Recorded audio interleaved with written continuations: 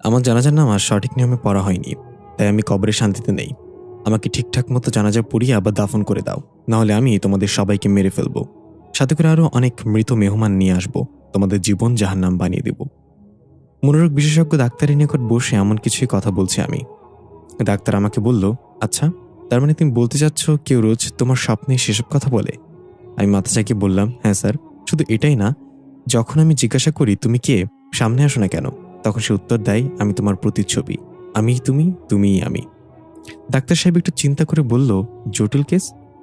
তোমাকে তো ঘুমের ওষুধ দিতে পারবো না, ঘুমের মাঝে তো এসব স্বপ্ন দেখো তুমি। আচ্ছা, তুমি কি কোনো বিষয় নিয়ে ডিপ্রেশনে ভুগছ? বেশিরভাগ কেসে এসব ডিপ্রেশনের কারণে হয়। আমি বললাম, ডিপ্রেশন কার না থাকে, পৃথিবীতে সবাই ভিন্ন ভিন্ন ডিপ্রেশনে ভোগে, কিন্তু আমি বুঝতে পারছি না আমার সাথেই কেন এসব হচ্ছে। আমার নাম ইকরি, বাবা মায়ের একমাত্র মেয়ে হওয়ায় আদর ভালোবাসার কোনো কমতি ছিল না আমার। কিন্তু আমার 18 বছর পার হওয়ার পরই এমন স্বপ্ন দেখা শুরু করেছি। এই স্বপ্ন আমাকে না ঘুমাতে দিচ্ছে আর না জেগে থাকতে দিচ্ছে। বাবা মাকে এখন এই বিষয়ে কিছুই জানানো হয়নি, তারা টেনশন করবে বলে। আমার একটা ছেলের সাথে 3 বছর রিলেশন ছিল, রিসেন্টলি ব্রেকআপ করে নিয়েছি। শালার আমি ছাড়াও আরও 1 ডজন গার্লফ্রেন্ড আছে। এগুলো নিয়ে ইদানিং একটু ডিপ্রেশনে ভুগছিলাম। হয়তো এই ডিপ্রেশনের কারণে এমন অদ্ভুত স্বপ্ন দেখছি। তাই মনোরোগ বিশেষজ্ঞ ডাক্তারের কাছে আসলাম। উনি আমাকে কিছু ওষুধ লিখে দিল এবং 15 দিন পর দেখা করতে বলল।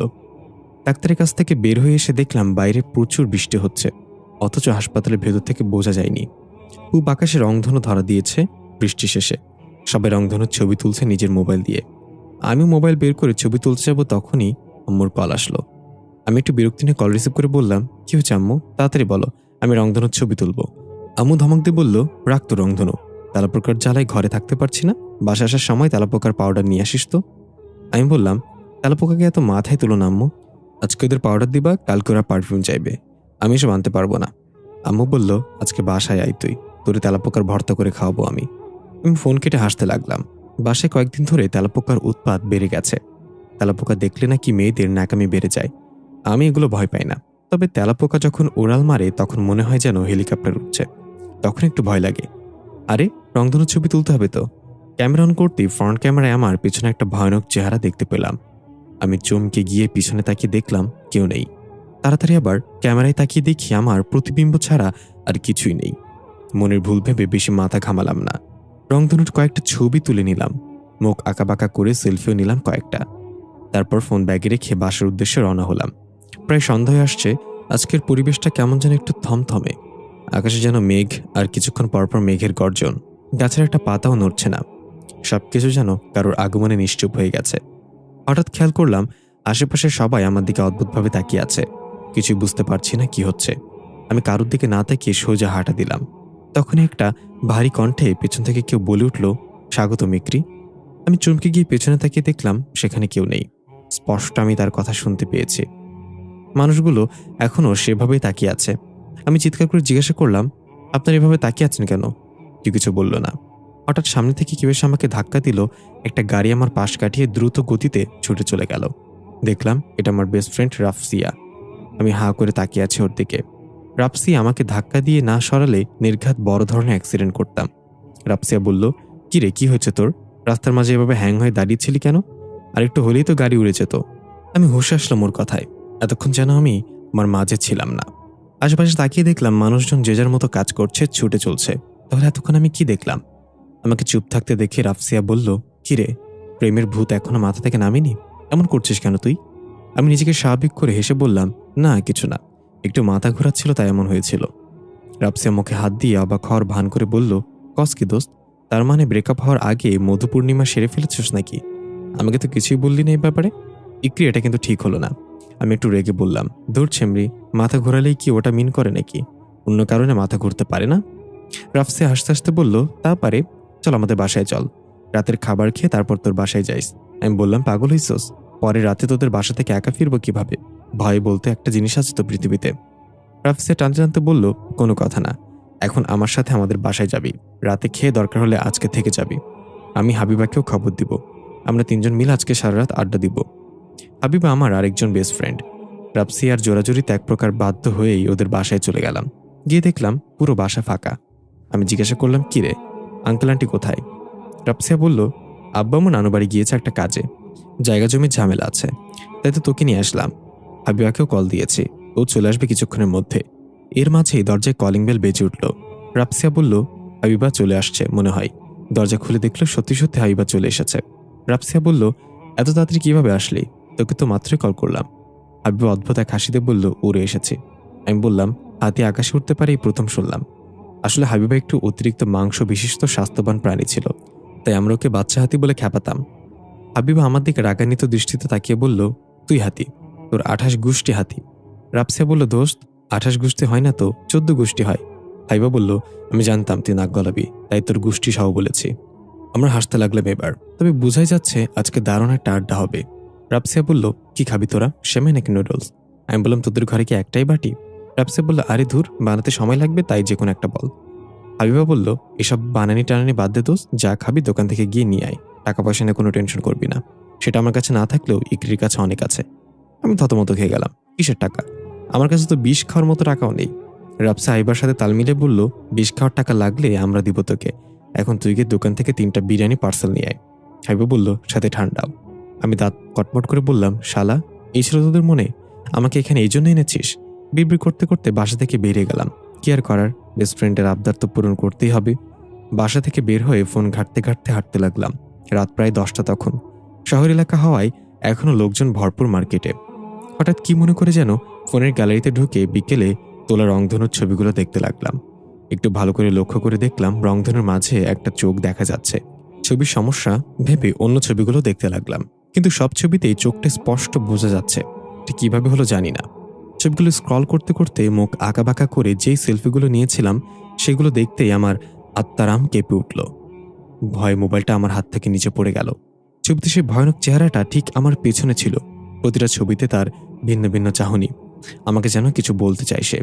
তখন নিচে পড়ে থাকা আমার ফোনটা বেজে উঠল। আমি চমকে গিয়ে একটু পিছিয়ে গেলাম।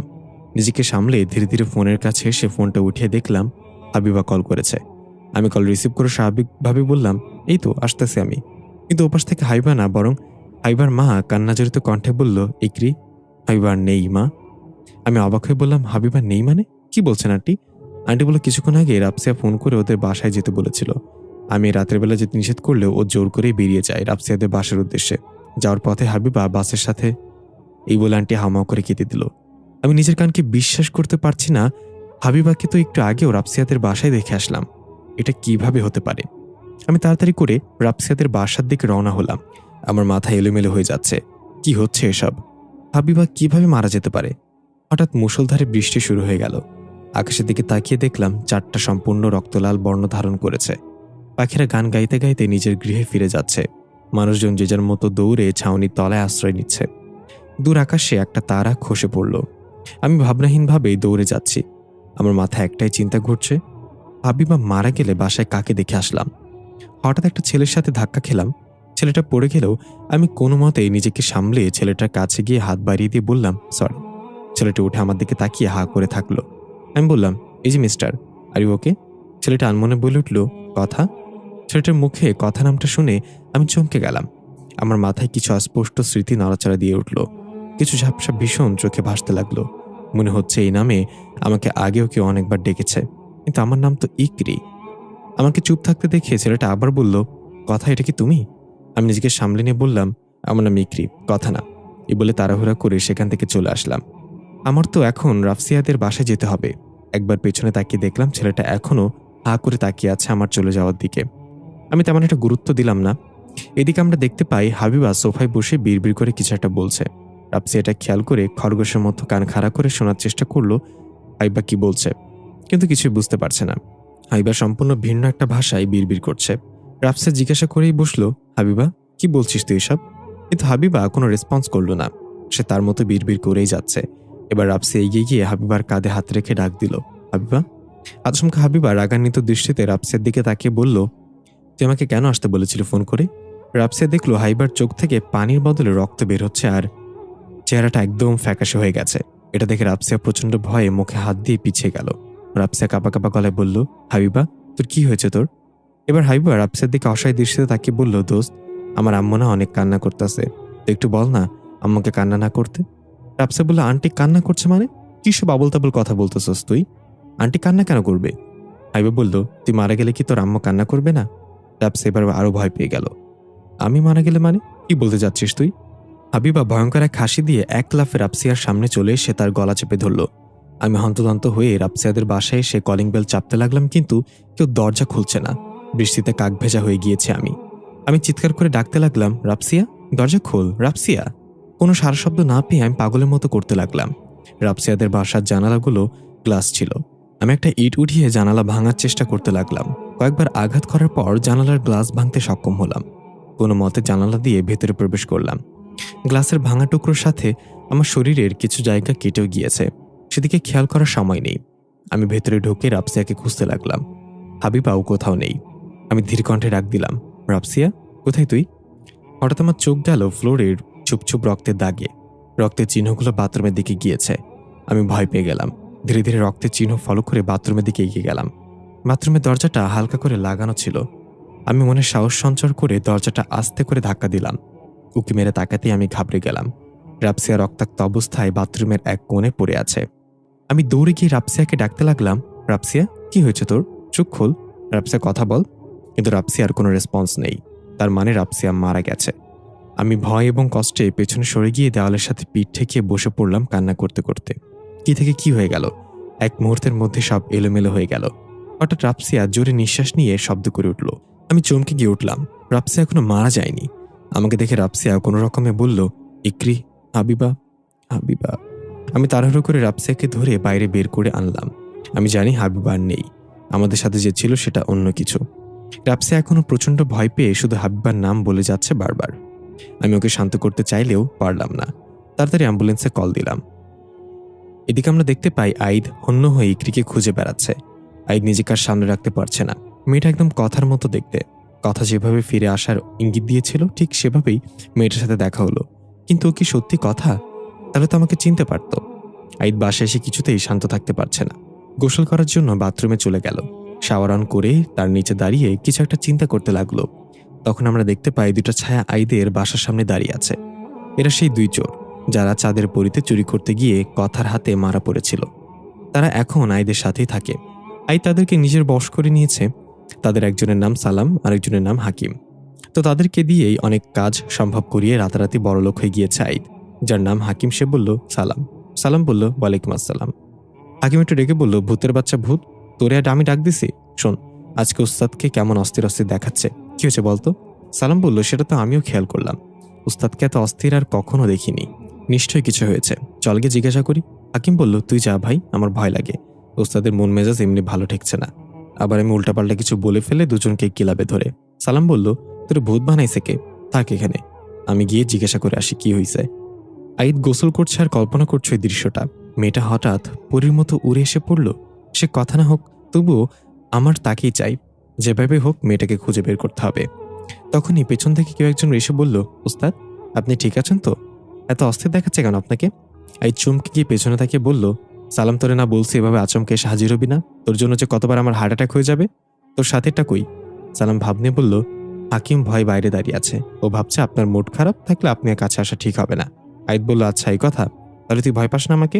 সালাম বলল, না, আমি কেন ভয় পাবো? বেঁচে থাকতে আমি অনেক সাহসী ছিলাম। জমিদার বংশের লোক আমি, আমার শিরায় শিরায় সাহস দিয়ে ভরপুর। আইদ বলল, গুড, তোর মতো সাহসী তো আমার দরকার। দেখ তো আমার হাতে কি আছে। সালাম হাসি মুখে এগিয়ে আসতে আইদ তাকে ধরে উদুম মার দিল। চুলের গুচ্ছ ধরে বলল, আমার মুড অফ থাকলে তুই ভুলেও আমার সামনে আসবি না। আর এইভাবে আচমকা পেছন থেকে এসে যদি আবার ভয় দেখাস তাহলে তোকে মেরে আমি আবার মানুষ বানিয়ে দেব। সালাম বলতে লাগলো, উস্তাদ ভুল হয়ে গেছে, মাফ করে দেন, আর জীবনে এমন হবে না, ছেড়ে দেন উস্তাদ। বাইরে থেকে হাকিম সালামের চিৎকার শুনে মজা নিতে লাগলো। একটু পর সালাম বেরিয়ে আসলে হাকিম বলল, বেশি জোরে লাগছে তাই না ভাই? সালাম হাকিমের দিকে রাগান্বিত দৃষ্টিতে তাকিয়ে রইল। এদিকে রাবসিয়াকে হাসপাতালে নিয়ে আসা হয়েছে। রাবসিয়ার আব্বা আম্মু খবর পেয়ে তাড়াতাড়ি ছুটে এসেছে। ইকরি ইমার্জেন্সি ডিপার্টমেন্টের বাইরে বসে আছে। ইকরির জামা কাপড়ে রাবসিয়ার রক্ত লেগে আছে। রাবসিয়ার আব্বা আম্মু এসে ইকরিকে প্রশ্ন করতে লাগলো, কি হয়েছিল, এটা কিভাবে হলো, তখন তুমি কোথায় ছিলে, তোমাদের সাথে আর কে ছিল, আরো নানান প্রশ্ন। আমি চুপচাপ বসে আছি। রাবসিয়ার আব্বা আম্মুর কোনো উত্তর নেই। কিভাবে কি হয়ে গেছে সেটা আমি নিজেও জানি না। তারা আমাকে বারবার জিজ্ঞেস করেই যাচ্ছে। বিরক্ত হয়ে বললাম, আমি যা বলবো সেটা আপনাদের বিশ্বাস করতে পারবেন না। তারা বলল, বলো তুমি কি হয়েছিল, আমরা বিশ্বাস করব। তুমি রাবসিয়ার সবচেয়ে ভালো বন্ধু, আমার বিশ্বাস করি তুমি আমাদের মিথ্যা কথা বলবে না। আমি তাদেরকে প্রথম থেকে সবকিছু বিস্তারিত বললাম। সব শুনে রাফসিয়ার আব্বু বেশ রাগান্বিত হয়ে বলল, তুমি কি আমাদের রূপকথার গল্প শোনাচ্ছ? হাবিবা মারা গিয়েছে সেটা আমরা আগেই শুনতে পেয়েছিলাম, আর তুমি বলছো হাবিবা মারা যাওয়ার পর তোমাদের কাছে দেখা দিয়েছে, আর এই কাজ হাবিবার আত্মা করেছে। আমি বললাম, আগেই বলেছিলাম, আপনারা বিশ্বাস করবেন না। এখন চিৎকার চেঁচামেচি না করে রাফসিয়ার জন্য দোয়া করেন, ও যেন সুস্থ হয়ে যায়। তাহলে ওর মুখ থেকে আপনারা সত্যিটা জানতে পারবেন। নিজের মেয়ের মুখের কথা তো আর অবিশ্বাস করতে পারবেন না। কিন্তু রাফসিয়ার বাবা মার সন্দেহ হলো তার মেয়ের এই অবস্থা নাকি আমি করেছি। উনি রাগারাগি করে পুলিশে কল দিয়ে দিল। আমি এসব নিয়ে মোটেও কিছু চিন্তা করছি না। আমি শুধু ভাবছি রাফসিয়ার যেন কিছু না হয়। একমাত্র রাফসিয়া আর আমি জানি কি হয়েছিল। ততক্ষণে সেখানে পুলিশ চলে এসেছে। রাফসিয়ার আম্মু তার স্বামীকে বোঝানোর চেষ্টা করছে, সে উল্টা তাকে ধমক দিয়ে বসিয়ে দিল। লোকটা রাগের মাথায় কি করছে সে নিজেও জানে না। আমি চুপচাপ বসে তার কথাগুলো শুনছিলাম। সে পুলিশকে বলছে, এই মেয়েটা আমার মেয়েকে মারার চেষ্টা করেছে, আপনারা একে নিয়ে যান। আমি কিছুক্ষণ পর আসছি লিখিতভাবে মামলা দায়ের করতে। আমার মেয়েকে মেরে এখন রূপকথার গল্প সাজাচ্ছে, আত্মা এসে নাকি মেয়েকে মেরেছে। পুলিশ এসে আমাকে ধরতে চাইলে আমি বললাম, ডোন্ট টাচ মি, আমি নিজে আসছি আপনাদের সাথে। আর এই লোকটা নিজের মেয়ের জ্ঞান ফিরলে তখন জানতে পারবে আমি রূপকথার গল্প বলছি নাকি সত্য বলছি। আমাকে পুলিশ নিয়ে যাচ্ছিল, তখনই কোথা থেকে যেন সেই ছেলেটা এসে হাজির হলো সামনে, যার সাথে রাস্তায় ধাক্কা খেয়েছিলাম। ছেলেটা আমার দিকে তাকিয়ে একবার চোখ টিপ দিয়ে পুলিশদের বলল, আপনারা পেশেন্টের জ্ঞান না ফিরতে ওকে অ্যারেস্ট করতে পারবেন না। পেশেন্টের জ্ঞান ফিরলে তার জবানবন্দি নিয়ে তারপর যদি ও অপরাধী হয় তাহলে নিয়ে যেতে পারেন। পুলিশ একজন বলল, আমাদের কাছে বাধা দেওয়া তুই কে, সরে যা এখান থেকে, না হলে এর সাথে তোকেও ধরে নিয়ে যাবো। ছেলেটা পকেট থেকে একটা আইডি কার্ড বের করে দেখাতেই পুলিশ ঘাবড়ে গিয়ে বলল, আপনি ঠিকই বলছেন, আমরা পেশেন্টের জ্ঞান ফেরত অব্দি অপেক্ষা করি। রাফসার আব্বু রেগে গিয়ে বলল, এটা কি বলছেন আপনারা? আমি আপনাদের যা বলছি তাই করেন। পুলিশ বলল, এই লোকটা জার্নালিস্ট, যদি এই খবর প্রচার করে দেয় তাহলে আমরা বিপদে পড়ব। তার চেয়ে ভালো আপনার মেয়ে জ্ঞান ফেরত অপেক্ষা করা যাক। রাফসার আব্বু হনহনিয়ে চলে গেল। আমি ছেলেটার কাছে গিয়ে বললাম, আপনি কি আমাকে ফলো করছেন? সেটা বলল, আমি ভেবেছিলাম আপনি আমাকে থ্যাংক ইউ বলবেন। আমি বললাম, হ্যালো মিস্টার, যা জিজ্ঞাসা করছি তার উত্তর দেন। এই ছেলেটা হেসে বলল, মিস্টার না, আমার নাম আইদ, আর ফলো করছে এটা ভুল। তবে আপনাকে আমি খুঁজছিলাম, খুঁজতে খুঁজতে এখানে এসে দেখলাম আপনাকে মেহমানখানে নিয়ে যাওয়া হচ্ছে, তাই ভাবলাম এটাই মোক্ষম সুযোগ আপনাকে ইমপ্রেস করার। আমি একটু মুচকে হাসলাম, তারপর বললাম, আপনি তাহলে জার্নালিস্ট? আইদ বলল, আপাতত জার্নালিস্ট। এমনিতে আমার বাসায় পুলিশ, আর্মি, ডাক্তার, ম্যাজিস্ট্রেট, উকিল সবার আইডি কার্ডে মজুদ আছে, যখন যেটা দরকার সেটা ব্যবহার করি। আমি ভ্রুকুচকে বললাম, ও আচ্ছা, আপনি তাহলে মাল্টি ট্যালেন্টেড। তবে এগুলো তো চিটিং, খারাপ কাজ। আইদ বলল, কাজটা খারাপ কিন্তু আমি খারাপ না, এগুলো আমি অ্যাপ্লাই করি খারাপ মানুষদের উপরেই। এখন বলেন তো ঘটনা কি আসলে? আপনার বান্ধবীর কি হয়েছে? আমি একটু ভেবে বললাম, আপনাকে কেন বলবো, আমি তো আপনাকে চিনি না। অপরিচিতদের সাথে আমার মা কথা বলতে বারণ করেছে। আয়াত কিছু বলল না, শুধু একটু হেসে একটা চেয়ারে গিয়ে গা এলিয়ে বসে পড়ল। আমি কি বললাম, আপনার এই হাসির মানে কি?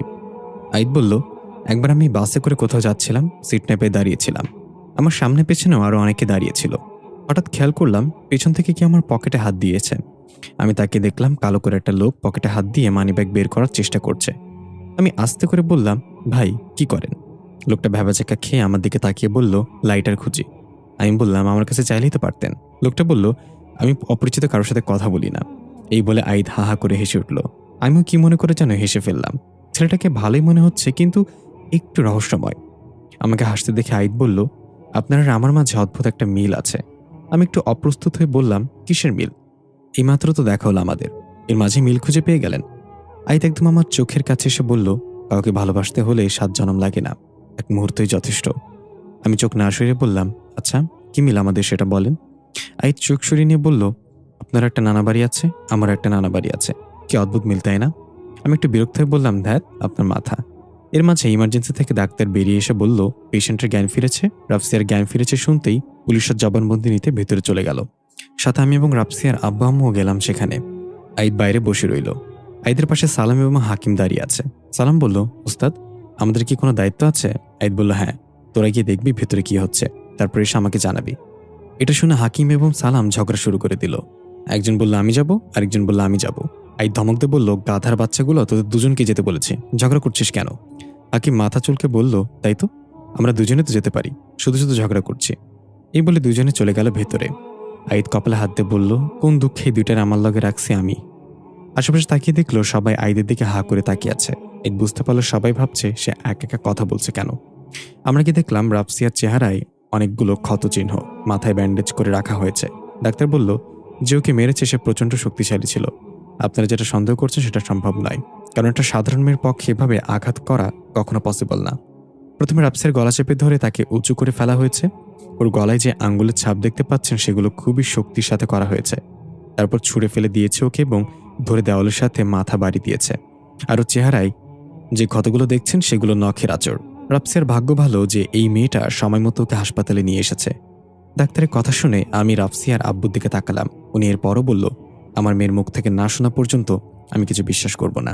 ডাক্তার বলল, এই মুহূর্তে রাফসিয়ার সাথে কথা বলা ভালো হবে না। তবু বেশি না, আমি 2 মিনিটের জন্য অক্সিজেন মাস্ক খুলে দিচ্ছি। যা জিজ্ঞাসা করা তাড়াতাড়ি করবেন।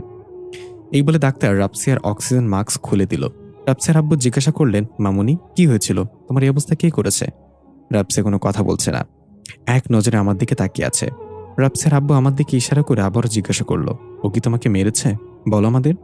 রাফসিয়ার কোনো কথা না বলে কাঁপা কাঁপা হাত উঠিয়ে আঙুল দিয়ে আমার দিকে ইশারা করলো এবং ভয়ে ওর পুরো শরীর কাঁপতে লাগলো। রাফসিয়া আমাকে দেখে এত ভয় পাচ্ছে কেন? আমি অবাক হয়ে গেলাম। রাফসিয়াটা কি করছে? আমি তো কিছুই বুঝতে পারছি না। ডাক্তার তাড়াতাড়ি করে রাফসিয়াকে অক্সিজেন মাস্ক পরিয়ে দিল। রাফসিয়ার আব্বু রেগে গিয়ে বলল, আমি বলেছিলাম এই মেয়েটাই এটা করেছে। এবার বিশ্বাস হলো তো? ইন্সপেক্টর সাহেব, ওকে অ্যারেস্ট করুন। এদিকে আমরা দেখতে পাই ইকরির ঠিক পেছনে হাবিবার আত্মা ভয়ঙ্কর রূপে দাঁড়িয়ে আছে। আসলে রাফসিয়া হাবিবার আত্মার দিকে ইশারা করছে, কিন্তু তাকে কেউ দেখতে পায়নি। সবাই ভাবছে রাফসিয়া ইকরির দিকে ইশারা করছে। হাকিম এবং সালাম এটা দেখে তাড়াতাড়ি আহিদের কাছে গিয়ে সব বলল। আহিদ বলল, আত্মাটা এখন কোন দিকে গিয়েছে? সালাম বলল, হাসপাতালের পরিত্যক্ত মর্গের দিকে গিয়েছে। আহিদ বলল, ঠিক আছে, তোর এক কাজ কর, তাড়াতাড়ি গিয়ে পুলিশের গাড়ির চাকা ফুটো করে দে, বাকিটা আমি দেখছি। আর কাজ শেষে ওই আত্মাকে সাথে নিয়ে বাসায় ফিরে আসবি। সালাম বলল, ওটা তো একটা মেয়ের আত্মা, আপনি তাকে দিয়ে কি করবেন ওস্তাদ? আইদ বলল, তোর সাথে বিয়ে দেবো হারামজাদা। হাকিম বলল, তাহলে আমার জন্য একটা মেয়ে আত্মা খুঁজে দেন ওস্তাদ, আর কতকাল আবিয়া আত্মা থাকবো? আইদ ধমক দিয়ে বলল, যা এখান থেকে, যেটা বলেছি সেটা কর, আমার হাতে সময় নেই। এই বলে আইদ তাড়াতাড়ি গিয়ে নিজের গাড়িটা পুলিশের গাড়ি থেকে একটু দূরে পার্ক করে বসে মোবাইলে গান শুনতে লাগলো। তখনই খেয়াল করলো একটু সামনে একটা ছেলে এক মেয়ের হাত ধরে টানাটানি করছে। মেয়েটা আশেপাশে সবার কাছে সাহায্য চাইছে, কিন্তু কেউ এগিয়ে আসছে না। সবাই যে যার মতো ছুটে চলেছে।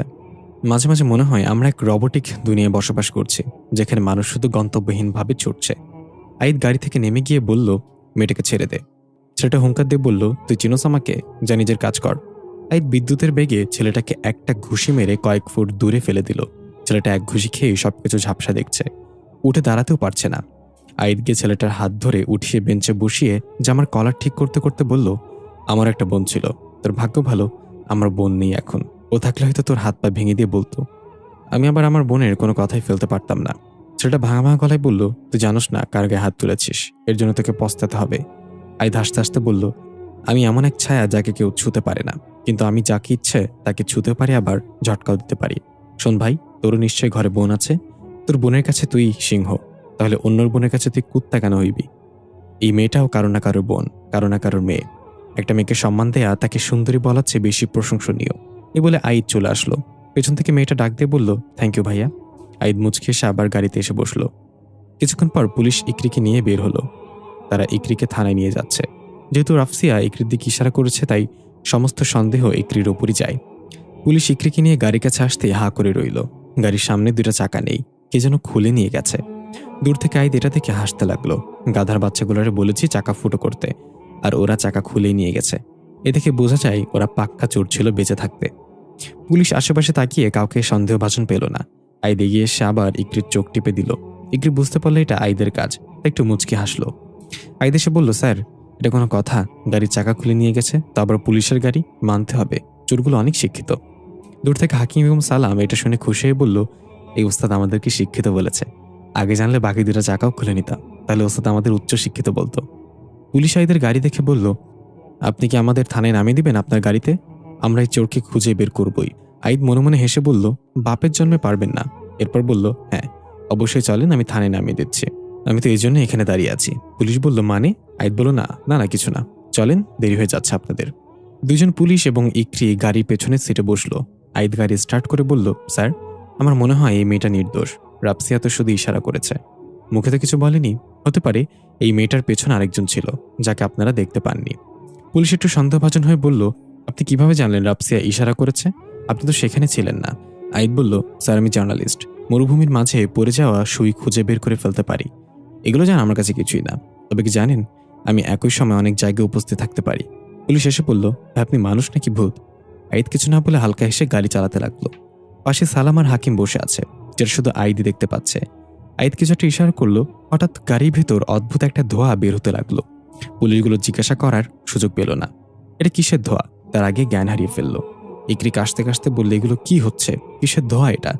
আইদ বলল, আপনাকে বাঁচানোর ধোঁয়া। আপাতত জ্ঞান হারিয়ে ফেলুন, চোখ খুলে আমাকেই দেখবেন, কথা দিলাম।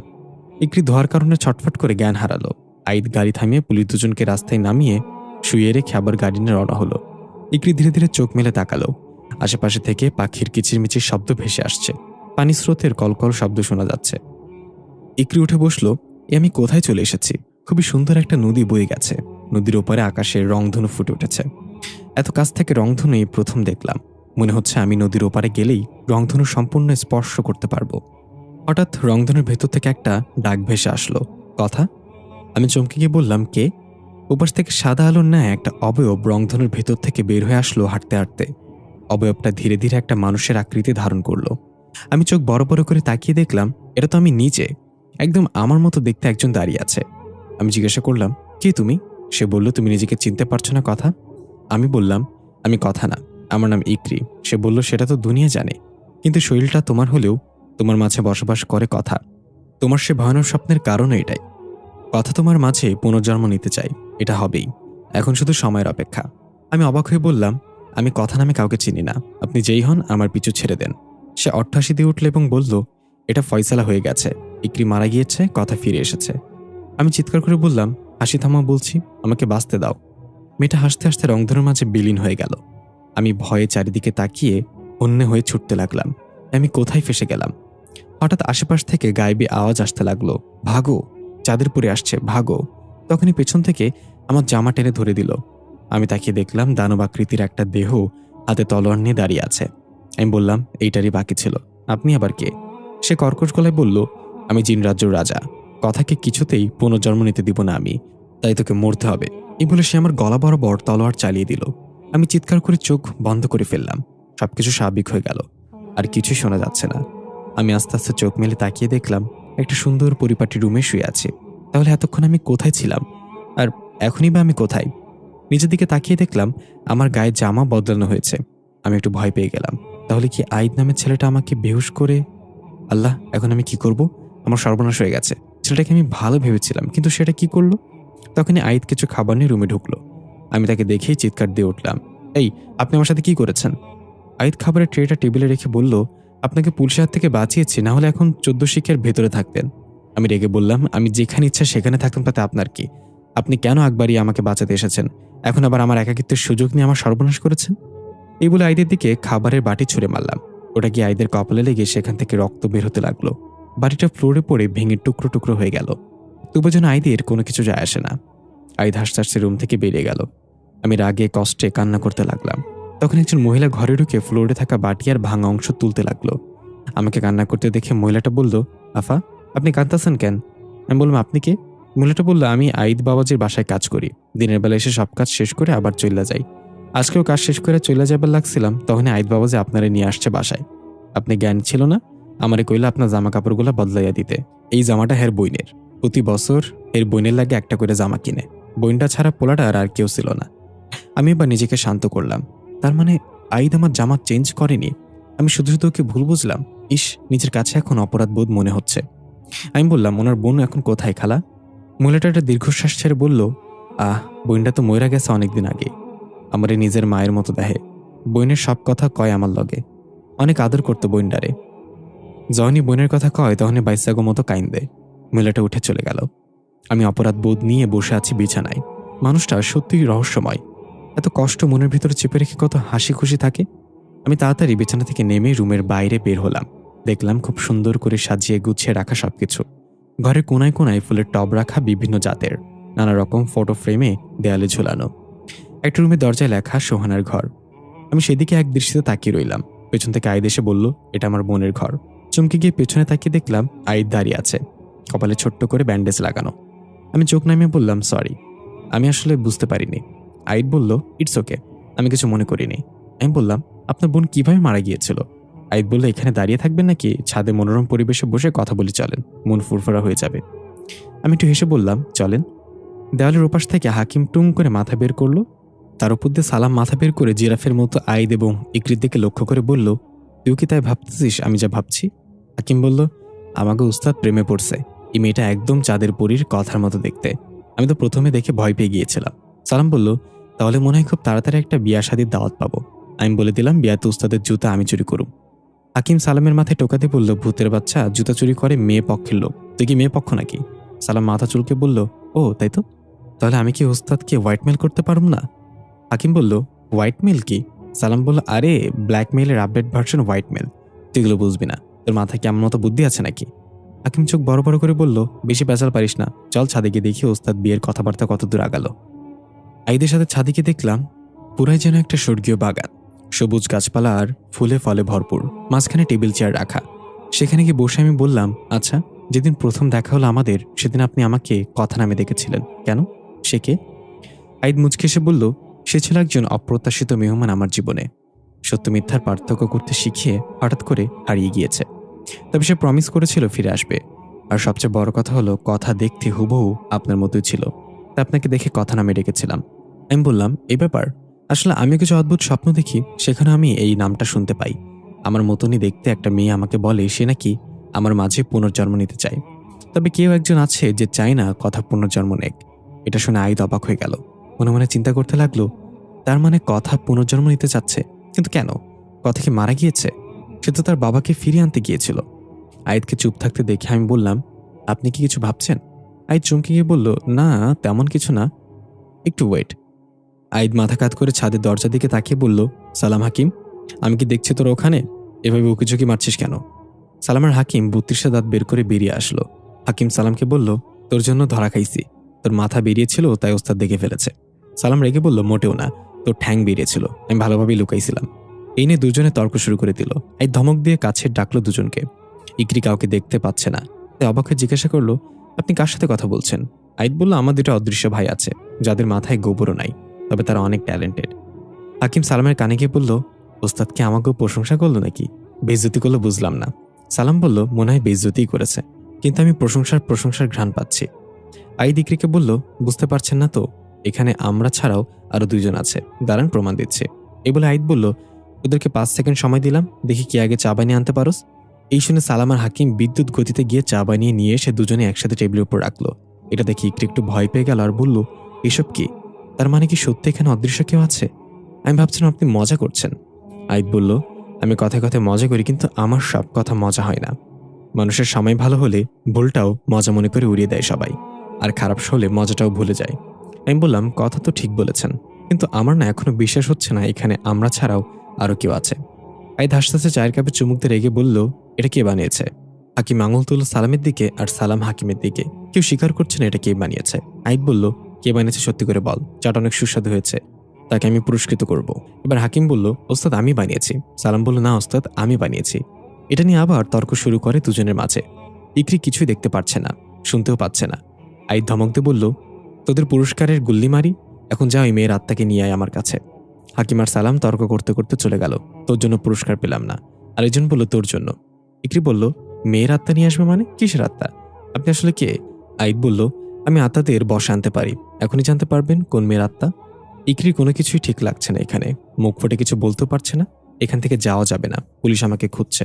হঠাৎ ইকরির মাথায় একটা চিন্তা এলো, এত সময় পার হয়ে যাওয়ার পরও মা আমাকে একবারও কল করেনি, আমার খোঁজও নেয়নি। এমনটা তো কখনো হয়নি।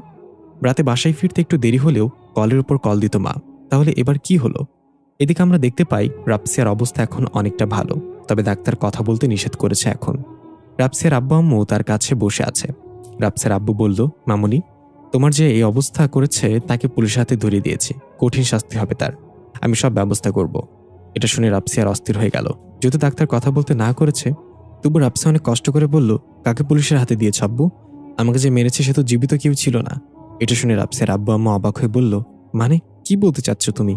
রাপসি বলল, হ্যাঁ আব্বু, আমাকে মেরেছে হাবিবা, ইকরি তো আমাকে বাঁচিয়েছে। রাপসিয়ার আব্বু রেগে বলল, তাহলে তুমি তখন ইকরির দিকে ইশারা কেন করেছিলে? রাপসি বলল, আমি যা দেখেছি তোমরা তা দেখোনি। ইকরির পেছনে হাবিবা ছিল, যেটা আমি ছাড়া কেউ দেখেনি। আমাকে ইকরির সাথে দেখা করতে হবে। এই বলে রাপসিয়া নিজের হাতে থাকা ক্যানেলা খুলে বেড থেকে নামতে লাগলো। রাপসিয়ার আব্বু আম্মু অস্থির হয়ে গেল। রাপসিয়াকে আটকে রাখা যাচ্ছে না। ডাক্তার নার্স সবাই চলে এসেছে। নার্স কোনো রকমে রাপসিয়াকে ঘুমের ইঞ্জেকশন দিয়ে দিল। আস্তে আস্তে রাফসিয়া ঘুমিয়ে গেল। হাকিম এবং সালাম হাবিবার আত্মাকে নিয়ে আইদের কাছে আসলো। আইদ বলল, ইকরি, আপনি কি দেখতে চান এখানে কি এসেছে? আমি ভ্রুকুচকে বললাম, কে? আইদ হাবিবাকে বলল, দৃশ্যমান হয়ে যাও নিজের বান্ধবীর সামনে। হাবিবা রাগান্বিত দৃষ্টিতে আইদের দিকে তাকিয়ে বলল, আমি কারোর গোলাম না, তুই আমাকে হুকুম করতে পারবি না। আইদ হাসতে হাসতে বলল, সব আত্মাই প্রথম প্রথম এমন কথা বলে। এখন সোজাভাবে বলছি, দৃশ্যমান হয়ে যাও, না হলে। এরশন হাইবার আত্মা ভয়ঙ্কর রূপ ধারণ করে আইদের গলা চেপে ধরল এক ঝটকায়। সালাম এবং হাকিম এগিয়ে আসলে আইদ হাতের ইশারায় না করল। ইকরি কিছুই বুঝতে পারছে না এখানে কি হচ্ছে। ইকরি শুধু দেখতে পাচ্ছে আইদের গলায় 5টা আঙুলের দাগ বসে আছে। টেবিলে থাকা চায়ের কাপগুলো কাঁপছে। হঠাৎ আকাশ মেঘাচ্ছন্ন হয়ে গেল, ঘন কালো অন্ধকার নেমে এলো। ইকরি আকাশের দিকে তাকিয়ে দেখলো রংধনুর মতো একটা গোলা এদিকে ধেয়ে আসছে। ইকরি এটা দেখে প্রচুর ভয় পেয়ে গেল। সালাম আর হাকিমও দেখলো আকাশ থেকে কিছু একটা ধেয়ে আসছে। আইদ হাবিবার কপালে একটা পয়সার মতো কিছু চেপে ধরতেই সে চিৎকার করে আইদের গলা ছেড়ে দিল। আইদ উঠে ইকরির দিকে তাকিয়ে বলল, যে গলা ধরার কথা সেই ধরে না, অন্য কেউ এসে গলা ধরে। হাবিবার আত্মা ধীরে ধীরে দৃশ্যমান হলো। ইকরি হাবিবাকে দেখে বলল, হাবিবা তুই? এটা বলার সাথে সাথে রংধনুর গোলাটা এসে আইদের সামনে পড়ল। আইদ বেশ চমকে গিয়ে পিছিয়ে গেল। এটা আবার কি? আইদ ধীরে ধীরে সেটা নিজের হাতে উঠিয়ে দেখলো সেখানে কিছু একটা লেখা, তবে কি লেখা সেটা বোঝা যাচ্ছে না। হাকিম এসে দেখে বলল, ওস্তাদ, এটা তো হিব্রু ভাষা। আইদ বলল, ঠিক আছে, এটা নিয়ে পরে গবেষণা করা যাবে। এখন ইকরি, আপনি জিজ্ঞাসা করেন হাবিবা আপনার বান্ধবীর ওপর আক্রমণ কেন করেছিল, আর আপনাকেই বা কেন ফাঁসাতে চেয়েছিল। ইকরি এখনো বিশ্বাস করতে পারছে না হাবিবা তার সামনে দাঁড়িয়ে। তার মানে আইদ সত্যি সত্যি আত্মাদের বশ করতে পারে। ইকরি হাবিবার আত্মার সামনে বসে জিজ্ঞাসা করলো, কেন করলে এটা? হাবিবা হেসে বলল, তোরা দুজনেই ধোঁকাবাজ। রাতে আমাদের 3জনেরই আড্ডা দেওয়ার কথা ছিল, কিন্তু আমি মরে গেলাম। তোরা কেন বেঁচে আছিস এখনো? তোদেরকেও মরতে হবে আমার সাথে। আমি তোদেরকে নিয়েই ফিরে যাব, নাহলে আমার আত্মা মুক্তি পাবে না। আমি বললাম, হাবিবা, তোর মৃত্যুর জন্য আমরা মোটেও দায়ী না, তুই ফিরে যা। হাবিবা বলল, আমি যাব না ইকরি, তবে আমি তোকে মারতে পারবো না। এই জন্যই সেদিন তোকে বাইরে পাঠিয়ে দিয়ে রাফসিয়াকে মেরে ফেলতে চেয়েছিলাম। আমি বললাম, কেন? আমাকে কেন মারতে পারবি না? আমার মাঝে কি আছে? হাবিবা হুঙ্কার দিয়ে বলল, তোর মাঝে চাঁদের পরী আছে। চাঁদের পরীকে জিন রাজাও ভয় পায়। সে যেদিন তোর মাঝে পরিপূর্ণ কবজা করে ফেলবে সেদিন ইকরি হারিয়ে যাবে, চাঁদের পরী ফিরে আসবে। সে আসবেই, কেউ তোর কোনো ক্ষতি করতে পারবে না। এই বলে হাবিবার আত্মা ছুটে পালাতে লাগলো। আইদ বলল, সালাম হাকিম, তাকে আমি এবং আমার সামনে দেখতে চাই, পালাতে দিবি না। সালাম এবং হাকিম তার পিছু নিল। সালাম ডাক দিয়ে বলল, আমারে নিয়ে পালাও, কই যাও? আইদ বলল, এবার বিশ্বাস হলো তো আমাকে? আমি আত্মাদের দেখতে পাই এবং তাদের বশ করতে পারি। আমি এড়িয়ে গিয়ে বললাম, চাঁদের পরীকে? আইদ কিছুটা ভাবতে ভাবতে চেয়ারে বসে বলল, চাঁদের পরী কথা। সে আপনাকে বেছে নিয়েছে ফিরে আসার জন্য। আমি বললাম, কেন? আমি কেন? পৃথিবীতে এত মানুষ থাকতে আমি কেন? আইদ বলল, সেটা তো চাঁদের পরী বলতে পারবে। এতক্ষণে হয়তো রাফসিয়ার জ্ঞান ফিরেছে, সে হয়তো সবাইকে সত্যিটা জানিয়ে দিয়েছে। আপনি এখন সেফ, বাসায় ফিরে যেতে পারেন। আমি বললাম, ঠিক আছে, আমিও নিজেই খুঁজে বের করবো চাঁদের পরীর সাথে আমার কি সম্পর্ক, কেন সে আমাকেই খুঁজে নিয়েছে। আর আমি জানি আপনিও আমাকে এই ব্যাপারে সাহায্য করবেন না, কারণ আপনিও মনে প্রাণে চান চাঁদের পরী ফিরে আসুক। এই বলে আমি চলে আসলাম। আইদ বসে বসে ভাবছে, চাঁদের পরী ফিরে আসছে, সত্যি তো আমি মনে প্রাণে চাই এটা, তার জন্যই তো এতক্ষণ অপেক্ষা। আইদ রংধনুর গোলাটা হাতে নিয়ে সেই লেখাটা পড়ার চেষ্টা করলো। হিব্রু ভাষা কিভাবে বুঝবে সে?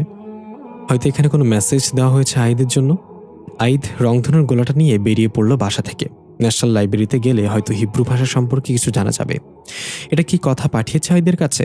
কথা নিশ্চয় আইদের কিছু বলতে চাই, এটা তারই লক্ষণ। আইদ ন্যাশনাল লাইব্রেরিতে পৌঁছে হিব্রু ভাষায় কিছু বই খুঁজতে লাগলো। অনেক খোঁজার পরও পেল না। রংধনুর গোলাটা এখনো আইদ হাতের তালুতে ঘোরাচ্ছে। হতাশ হয়ে ফিরে আসছিল, তখনই পেছন থেকে একটা লোক ডাক দিল, এই ছেলে দাঁড়াও। আইদ পেছনে তাকিয়ে দেখলো একটা বৃদ্ধ লোক দাঁড়িয়ে আছে, তবে দেখতে বেশ স্মার্ট। চুল দাড়ি সাদা হয়ে গেলেও সেগুলো খুব স্টাইলিশ ভাবে রেখেছে। কালো রঙের কোট পরা লোকটা আমার কাছে এসে জিজ্ঞাসা করলো, তোমার হাতে এটা কি? আমি বললাম, আমি নিজেও জানি না এটা কি, তবে এখানে হিব্রু ভাষায় কিছু লেখা আছে, আমি এটা জানতে এখানে এসেছিলাম। বৃদ্ধ লোকটা বলল, আমি এখানে সবচেয়ে পুরাতন লাইব্রেরিয়ান ইমন শিকদার, আমার সাথে এসো, আমি জানি হিব্রু ভাষার বই কোন দিকে আছে। এই বলে লোকটা হাঁটতে লাগলো। আমিও কিছু না ভেবে লোকটার পিছু নিলাম। সে আমাকে লাইব্রেরির একদম ভেতরে একটা বন্ধ রুমে ঢোকালো এবং বলল, প্রাচীন বইগুলো এখানেই সংরক্ষিত করে রাখা আছে, তোমার প্রশ্নের উত্তর এখানেই মিলবে। দেখি, আমার হাতে দাও গোলাটা। আমি সেটা তার হাতে দিলাম। লোকটা রংধনুর গোলাটা হাতে তালুতে নিয়ে এক নজরে তাকিয়ে রইল। মনে হচ্ছে যেন সে এক ভ্রমে চলে গেছে। তার চোখে একবারের জন্য ঝাপটালো না। আমি বললাম, হ্যালো ইমন সাহেব, এভাবে কি দেখছেন? আমার কথাতে তার ধ্যান ফিরল। সে বলল, এটা সাধারণ কোনো গোলা না, এটা মানুষকে আকৃষ্ট করে, মানুষের মস্তিষ্ক নিয়ন্ত্রণ করার ক্ষমতা রাখে। তুমি এটা কোথায় পেয়েছো? আমি একটু ভেবে বললাম, এটা আমার খুব কাছের একজন আমাকে পাঠিয়েছে। এই হিব্রু ভাষায় লেখাটা একটা মেসেজ। আমি জানতে চাই এখানে কি লেখা আছে। ইমন সাহেব বলল, এখানে হিব্রু ভাষার অনেক বই আছে, এটা বের করতে সময় লাগবে।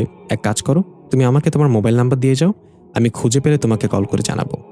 আমিও ভেবে দেখলাম লোকটা ভালো মানুষই মনে হয়, তাই সরল মনে আমি আমার মোবাইল নাম্বার দিয়ে রংধনুর গোলাটা নিয়ে সেখান থেকে চলে এলাম।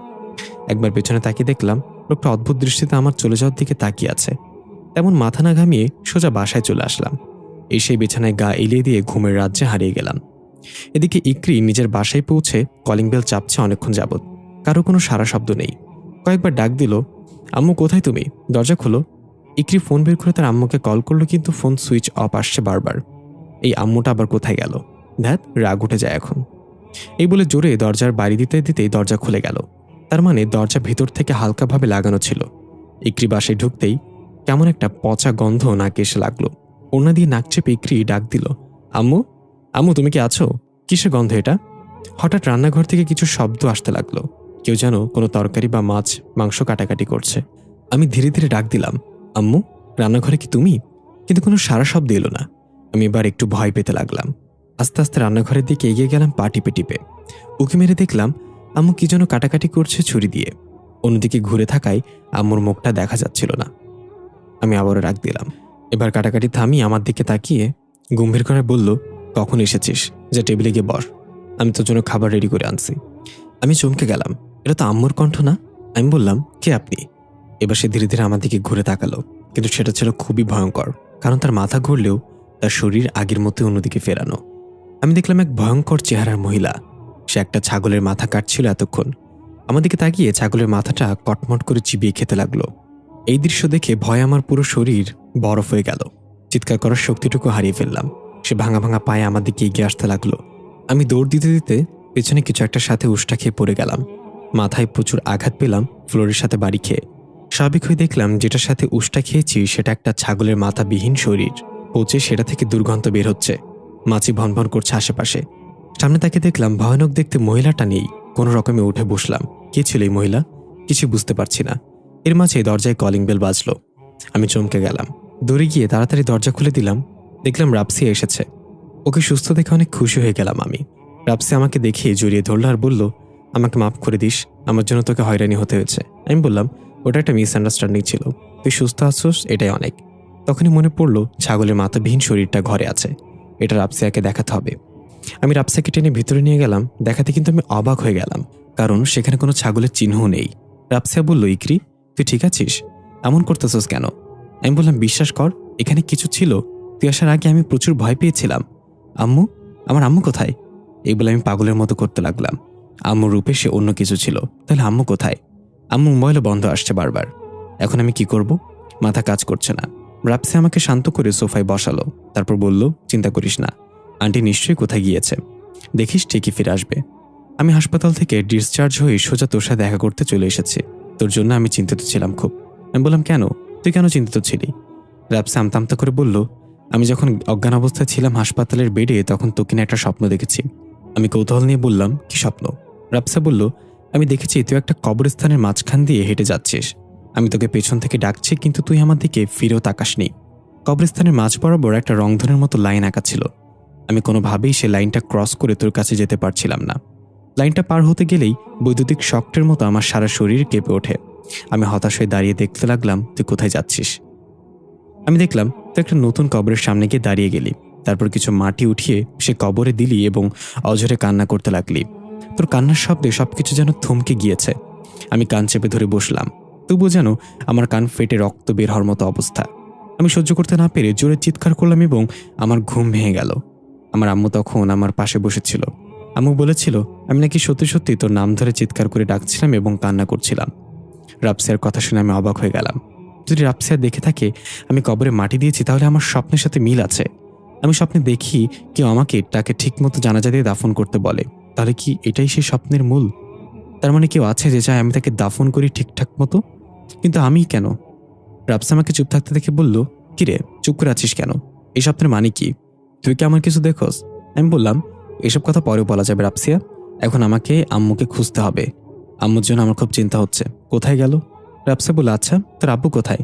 আঙ্কেল যে গ্রামে তার মা বাবাকে দেখতে গিয়েছিল এখন আসেনি? তা তো প্রায় 1 মাসের উপর হবে গিয়েছে। রাফসার কথায় আমার টনক নড়ল। তাহলে কি আম্মু বাবার কাছে গিয়েছে গ্রামে? আমাকে এখনই গ্রামে যেতে হবে। রাফসা বলল, আমিও যাবো তোর সাথে। আমি বললাম, তুই না বললেও তোকে জোর করে নিয়ে যেতাম। এত দূর আমি কি একা একা যাবো নাকি? রাফসা বলল, কিন্তু দোস্ত, আমার কাছে তো টাকা নেই, গাড়ি ভাড়া কিন্তু তুই দিবি। আমি বললাম, তোর কাছে টাকা ছিল কবে? দেখিস তো টাকা পয়সা পিঁপড়া খাবে। আমি আরেকজনকে চিনি, তাকে বললে সে তার গাড়ি দিয়ে আমাদেরকে গ্রামে নিয়ে যাবে। রাফসা বলল, কি ব্যাপার দোস্ত, এর মাঝে নতুন কাউকে পটিয়ে ফেললি? তাও আবার গাড়িওয়ালা? আমার ভাগ্যে এমন কেউ আসলো না বাল। যত সব আসে রাজমিস্ত্রি, কাঠমিস্ত্রি, রিক্সাওয়ালা। আমি হাসতে হাসতে বললাম, চুপ কর ছেমরি, মাত্রই তার সাথে পরিচয় হয়েছে। মানুষটা অনেক ভালো বুঝলি, তবে একটু রহস্যময়।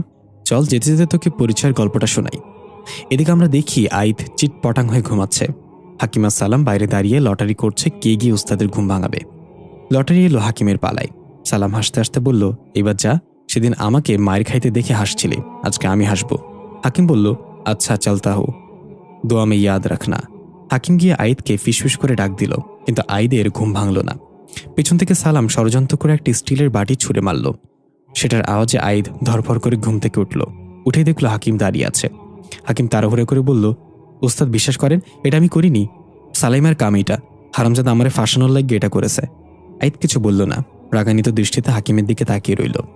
হাকিম আমতামতা করে বলল, ওস্তাদ আপনি কি ঘুমাচ্ছিলেন? আইদ আরো রেগে বলল, না না, আমি ঘুমাচ্ছিলাম না তো, আমি তো শুয়ে শুয়ে মরণের প্র্যাকটিস করছিলাম। দাঁড়া গাধার বাচ্চা, আজকে তোরে খাইছি আমি। হাকিম ভয়ে ভৌদর মারল আর বলল, সালাম রে, আমারে কোথায় ফাঁসিয়ে দিলি? এটা থেকে সালাম হাসতে লাগলো। আইদ উঠে ওয়াশরুমে চলে গেল ফ্রেশ হতে। সালাম হাকিমের কাছে গিয়ে বলল, কি কেমন দিলাম? হাকিম হাঁপাতে হাঁপাতে বলল, আপনার টাইম আয়েগা ভাই। সালাম বলল, কিন্তু তোর তো ঘড়িই নাই, টাইম কিভাবে আসবে? হাকিম রেগে বলল, আচ্ছা তুই তো নিজেকে খুব ব্রিলিয়ান্ট মনে করিস তাই না? সালাম বলল, ছি ছি, এতে মনে করার কি আছে, আমি তো ব্রিলিয়ান্টই। হাকিম বলল, তাহলে বলতো, মুরগি পানি খায় কিন্তু হিসু করে না কেন? সালাম বলল, তুই তো পানি খাস, তুই ডিম পারস না কেন? হাকিম ভ্রুকুচকে বলল, তোর সাথে কথা বলাই বেকার, যা এখান থেকে, আমাকে একা থাকতে দে। সালাম বলল, আমি কেন যাব? আমি তো একা থাকতে চাই না, তুই যা, আমি এখানেই থাকবো। হাকিম বলল, দেখ সালাম, ভালো হবে না কিন্তু, তোকে যেতে বলেছি, এখানে আমি আগে এসে দাঁড়িয়েছি, তাই আমি থাকবো।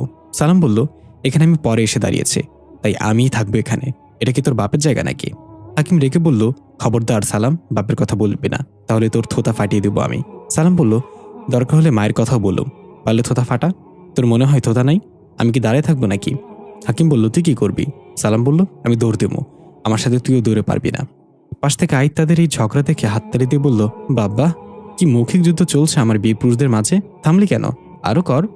সালাম গিয়ে হাকিমের গলায় হাত রেখে বলল, এই ওস্তাদ আমাদেরকে বীর পুরুষ বলছে শুনছোস? হাকিম বলল, আগে জানলে হাতাহাতির মারামারিও করতাম, তাহলে আমাদেরকে মহাবীর বলতো। আইদ ধমক দিয়ে বলল, চুপ কর গাধার বাচ্চাগুলো, এখন বল ওই মেয়ের আত্মা কোথায়, তাকে কি ধরতে পেরেছিস? সালাম বলল, ধরেছি মানে, ধৈরা আপনার মন্ত্রতন্ত্রের রুমে আটকে রেখেছে, এখন শুধু আপনার আদেশের অপেক্ষা। তার সাথে কি করব বলেন? আইদ বলল, ঠিক আছে, সেটা পরে দেখা যাবে, এখন আমার অন্য একটা কাজ আছে। তখনই আইদের ফোনে কল আসলো। আইদ ফোন চেক করে দেখলো অচেনা নাম্বার থেকে কল এসেছে। রিসিভ করতে ওপাশ থেকে বলল, হ্যালো, আমি লাইব্রেরিয়ান ইমন শিকদার বলছি। তুমি যে গতকাল হিব্রু ভাষার বাক্যটার অর্থ খুঁজছিলে সেটা পেয়ে গিয়েছে। আইদ এক্সাইটেড হয়ে বলল, তাহলে আমি এখনই আসছি, এটা জানা আমার জন্য খুবই গুরুত্বপূর্ণ। এই বলে আইদ সালাম এবং হাকিমকে বলল, তোরা বাসায় থাক, আমি লাইব্রেরি থেকে ফিরে এসে বাকি কাজ করব। এই বলে আইদ চলে গেল। আইদ যাওয়ার পরই ইকরি এবং রাফসিয়া আসলো বাসায়। হাকিম বলল, ভাবি এসেছে। আইদ লাইব্রেরিতে গিয়ে দেখলো ইমন শিকদার গেইটে দাঁড়িয়ে আছে। আইদকে দেখে এগিয়ে এসে বলল, কাল সারা রাত এটা খোঁজার জন্য জেগেছিলাম, অনেক খোঁজার পরই বাক্যর অর্থ খুঁজে পেয়েছি। আইদ বলল, সেটা আপনাকে দেখে বোঝা যাচ্ছে যে সারা রাত ঘুমাননি, চোখ ফুলে বালিশের মতো হয়ে গেছে, তো কি খুঁজে পেলেন আমাকে বলেন। ইমন শিকদার ইশারায় আইদকে তার সাথে আসতে বলল। সে আইদকে নিয়ে সেই প্রাচীন বই রাখার কক্ষে গেল। এদিকে আমরা দেখি ইকরি এবং রাফসিয়া আইদের বাসায় পৌঁছেছে, কিন্তু আইদকে কোথাও দেখা যাচ্ছে না। ইকরি দেখলো সে কাজের খালা কিছু কাপড় চোপড় নিয়ে বাথরুমের দিকে যাচ্ছে। ইকরি তাকে ডাক দিয়ে বলল, খালা, আইদ কোথায়? আশ্চর্যজনকভাবে সে ইকরিকে চিনতে পারল না। অবাক হয়ে জিজ্ঞাসা করলো, আপনি কে, বাসায় কিভাবে ঢুকলেন? বের হয়ে যান বলছি। ইকরি অনেক অবাক হয়ে গেল, কারণ খালা কেন তাকে চিনতে পারছে না? গতকালকে তো তার সাথে কথা হলো, আর খালা কথা বলছিল গ্রাম্য ভাষায়, এই মহিলা তো একদম শুদ্ধ ভাষায় কথা বলছে। রাফসা বলল, ইকরি তুই কি শিওর এই বাসাটা সেটা? ইকরি কিছু বলল না, চারিদিকে তাকিয়ে দেখলো, হ্যাঁ এই বাসাই তো। কিছু বুঝতে না পেরে ইকরি এবং রাফসিয়া বের হয়ে গেল বাসা থেকে। দূর থেকে সালাম আর হাকিম এটা দেখে বলল, তাড়াতাড়ি উস্তাদকে খবর দিতে হবে, ভাবি তো আর জানে না খালার মাঝে তার যমজ বোনের আত্মাও বসবাস করে, কখনো তার বোন থাকে, আবার কখনো সে থাকে। গতকাল খালা ইকরিরে দেখছে, আর আজকে খালার মাঝে তার বোন আছে, তাই চিনতে পারিনি। হাকিম বলল, সালাম তুই বাসায় থাক, আমি গিয়ে উস্তাদকে খবর দিয়ে আসি। সালাম বলল, না তুই বাসায় থাক, আমি যাচ্ছি উস্তাদকে খবর দিতে, তুই রাস্তাঘাট চিনবি না ভালো করে। হাকিম রেগে বলল, সবসময় তর্ক করবি না সালাম, আমি যাব মানে যাব, তুই এখানে থাক। সালাম বলল, ঠিক আছে, তোকে একটা সহজ প্রশ্ন করবো, যদি উত্তর দিতে পারোস তাহলে তুই যাবি, আর না পারলে আমি যাব। হাকিম একটু ভেবে রাজি হয়ে গেল। সালাম বলল, বলতো কুকুর তার মালিককে দেখে লেজ নাড়ায় কেন? হাকিম মাথা চুলকে অনেক ভেবে উত্তর খুঁজে না পেয়ে বলল, তুই বল। সালাম বলল, কারণ কুকুরের লেজে এত শক্তি নেই যে কুকুরকে নাড়াবে, তাই কুকুরই লেজ নাড়ায়, তুই পারস নাই, এখন আমি যাচ্ছি। এই বলে সালাম বিদ্যুৎ বেগে ছুটে গেল লাইব্রেরির উদ্দেশ্যে। আর হাকিম বেচারা এখনো ভাবছে, কুকুরের লেজ শক্তি থাকলে সে কুকুরের লেজ নাড়াতে পারত। এদিকে আমরা দেখতে পাই ইমন শিকদার আর আইদ টেবিলে বসে একটা মোটা বই সামনে এনে বসে আছে। বইটার 999 নম্বর পৃষ্ঠায় হুবহু সেটা লেখা, যেটা এই রংধনুর গোলায় লেখা আছে। আইদ বলল, এটার অর্থ কি? ইমন শিকদার বলল, এটার অর্থ হচ্ছে রংধনু দুনিয়ায় কেউ আটকে গেলে সেখান থেকে ফিরে আসা শুধু একটাই রাস্তা খোলা থাকে, সেটা হলো পুনর্জন্ম। তবে যার মাঝে সে পুনর্জন্ম নিতে চায় তার সম্পূর্ণ নিজের ইচ্ছা থাকতে হবে, জোর করে কোনোভাবেই পুনর্জন্ম নেওয়া যায় না। এটা শুনে আইদ ভাবতে লাগলো, কথা ইকরির মাঝে পুনর্জন্ম নিতে চায়, কিন্তু ইকরি এখনও এই ব্যাপারে তেমন কিছু জানে না। কথা আমাকে এই মেসেজের জন্যই পাঠিয়েছে, যাতে আমি ইকরিকে রাজি করাতে পারি। কথা আমার সাহায্য চাচ্ছে। ইমন শিকদার বলল, তুমি কিছু চিন্তা করছো? কিসের মেসেজ এটা? কে পাঠিয়েছে রংধনুর দুনিয়া থেকে? আমি বললাম, রংধনুর দুনিয়া মানে? ইমন শিকদার বইটা বন্ধ করে তাকের উপর রেখে আমার সামনে বসে বলল, হ্যাঁ, রংধনুর দুনিয়া। পৃথিবীর সৃষ্টি লগ্ন থেকে এই পর্যন্ত 3 জন চাঁদের পুরী এসেছে পৃথিবীতে, তাদের কেউই চন্দ্রগ্রহণ পর্যন্ত বাঁচতে পারেনি। তারা চন্দ্রগ্রহণ পর্যন্ত বেঁচে থাকলে অর্ধেক জিনজাতি ধ্বংস হয়ে যেত, তাই যেভাবেই হোক জিনরাজা তাদেরকে চন্দ্রগ্রহণের আগেই মেরে ফেলেছে। আর তারা মরার পর তাদের আত্মা রংধনুর দুনিয়া আটকে যায়। যুগ যুগ ধরে তারা চেষ্টা করে আসছে কারো শরীরে পুনর্জন্ম নিয়ে আবার পৃথিবীতে ফিরে আসতে, কিন্তু কোনো এক অজানা কারণে সেটা হয়নি কখনো। আমি অবাক হয়ে বললাম, আপনি এত কিছু কিভাবে জানেন? কে আপনি? ইমন শিকদার অদ্ভুত একটা হাসিতে বলল, নিজেকে খোঁজো, তাহলে আমার পরিচয় পাবে। আমি কিছু বলতে যাব, তখনই পেছন থেকে সালাম এসে ডাক দিল, মিস্টার সালাম, রিপোর্টিং ওস্তাদ, গরম খবর নিয়ে এসেছে। আমি চমকে গিয়ে পিছনে তাকিয়ে দেখলাম সালাম তার মোলার মতো দাঁতগুলো বের করে দাঁড়িয়ে আছে। আবার সামনে তাকাতেই আমি বড় একটা ঝটকা খেলাম, কারণ ইমন শিকদার সামনে নেই। চোখের পলকে সে কোথায় চলে গেল? আমি বসা থেকে উঠে চারিদিকে খুঁজতে লাগলাম, কিন্তু তার কোনো চিহ্ন নেই। সালাম বলল, ওস্তাদ, আপনি কি কিছু খুঁজছেন? আমি বললাম, আমার সামনে যে বসেছিল সে কোথায় গেল? তোর দিকে তাকিয়ে সামনে তাকাতেই দেখি সে নেই। সালাম অবাক হয়ে বলল, কার কথা বলছেন ওস্তাদ? আপনি তো এখানে একাই বসেছিলেন, আমি এসে আপনার সামনে কাউকেই দেখতে পাইনি। সালামের কথা শুনে আমি রেগে গেলাম। সে আমার সামনেই ছিল, তুই কিভাবে দেখতে পেলি না তাকে? খেয়াল করে দেখলাম টেবিলের উপর রংধনুর গোলাটাও নেই, তার মানে সে ওটা নিয়ে গেছে। আমি রাগে টেবিলের উপর ঘুষি মারলাম। সে কে ছিল? কি উদ্দেশ্য নিয়ে সে এসেছিল? তাকে কোথায় পাবো? কিছু বুঝতে পারছি না। আমি বললাম, কি খবর নিয়ে এসেছিস বল। সালাম ভয় ভয় বলল, আপনি বাসা থেকে বের হওয়ার পরপরই ইকরি ম্যাডাম এসেছিল তার বান্ধবীকে নিয়ে, কিন্তু খালার মাঝে তখন অন্যজন ছিল, তাই খালা তাকে চিনতে পারিনি, বাসা থেকে বের হয়ে যেতে বলেছে। এটা শুনে আমার রাগ আরো বেড়ে গেল। আমি বললাম, গাধার বাচ্চা, তাহলে তুই আমার কাছে কেন এসেছিস? তুই তো নিজেই খালাকে বলতে পারতি ইকরি আমার পরিচিত, খালার মাঝে যেই থাক তাদের দুজনকে তো চিনে, তাই না? সালাম মাথা চুলকে বলল, তাই তো, এটা তো আমার মাথায় আসেনি। কি লাভ এই মাথা রেখে, কি লাভ এই মাথা রেখে? এই বলে সালাম তার মাথা ঘাড় থেকে খুলে হাতে নিয়ে আসলো। আমি বললাম, হয়েছে, আর নাটক করতে হবে না, চল এখান থেকে এখন। ইমন শিকদারকে যেভাবেই হোক খুঁজে বের করতেই হবে। আইদ এবং সালাম একসাথে লাইব্রেরি থেকে বের হলো। আমরা দেখতে পাই ইমন শিকদার লাইব্রেরির ছাদে দাঁড়িয়ে আছে, তার হাতে রংধনুর গোলাটা। সে এক রহস্যময় হাসি দিয়ে আইদের চলে যাওয়ার দিকে তাকিয়ে আছে ছাদ থেকে। আইদ বাসে ফিরে দেখল ইকরিয়া রাপসিয়া ড্রয়িং রুমে বসে আছে সোফায়। আইদ খুশি হয়ে বলল, আরে আপনারা, আমি জানতে পেরেছিলাম আপনারা নাকি চলে গেছেন আমাকে না পেয়ে, কাজের খালা চিনতে পারিনি। ইকরি বলল, হ্যাঁ, প্রথমে তো চিনতে পারিনি, পরে উনি নিজেই গিয়ে আবার গেট থেকে ফিরিয়ে নিয়ে এনেছে। ওনার নাকি ভুলে যাওয়ার রোগ আছে, তাই আমাকে দেখে চিনতে পারিনি। আইদকে বসে ইকরির চোখে চোখ রেখে বলল, গতকালই না রাগ দেখিয়ে চলে গেলেন, দেখলেন তো, আমাকে ছাড়া একদিনও থাকতে পারলেন না, একেই বলে টান। ইকরি মুখ বাঁকিয়ে বলল, তেমন কিছুই না, আপনি তো আছেন আপনার চাঁদের পরীকে নিয়ে, আমার প্রতি আপনার কোনো টানই নেই। আইদ বলল, চাঁদের পরী আর আপনি একই, এখন বলেন কেন এসেছেন? জরুরি কাজ ছাড়া তো আসার কথা না আপনার। ইকরি বলল, আমার আম্মু মিসিং, বাসায় গিয়ে দেখি আমার আম্মুর রূপে বাসে অন্য কিছু। সে ভীষণ ভয়ঙ্কর ছিল, ছাগলের মাথাবিহীন শরীর আর মাথাটা তার হাতেই ছিল। আজ আমি জানি আমার আম্মু এখন কোথায় আছে, এখন আমাকে বলুন আম্মুকে কোথায় পাবো। আইদ বলল, এখন শাশুড়ি আম্মাকে খুঁজে বের করতে হবে, তাই তো? ইকরি ভুরুকুচকে বলল, কার শাশুড়ি আম্মা? আইদ জিব্বায় কামড় দিয়ে বলল, উপস, মানে আপনার বয়ফ্রেন্ডের শাশুড়ি আম্মা। ইকরি একটু রেগে বলল, কিসব বাজে বাজে কথা বলছেন? আমার কোনো বয়ফ্রেন্ড নেই। আইদ বলল, এটাই তো কনফার্ম করতে চাচ্ছিলাম। আচ্ছা, এখন তাহলে কি করতে হবে বলেন, দেখি আমি কিছু করতে পারি কিনা আপনার জন্য। ইকরি বলল, 2-3 মাস আগে আমার আব্বু গ্রামের বাড়ি গিয়েছিল দাদা দাদির সাথে দেখা করতে, কিন্তু আব্বু আর ফেরেনি। আমার মনে হয় আম্মু হয়তো গ্রামের বাড়ি গেছে আব্বুর কাছে। আমার ফোনও বন্ধ আসছে, তাই আপনি যদি আমাদেরকে নিয়ে একটু সেখানে যেতেন খুব উপকার হতো।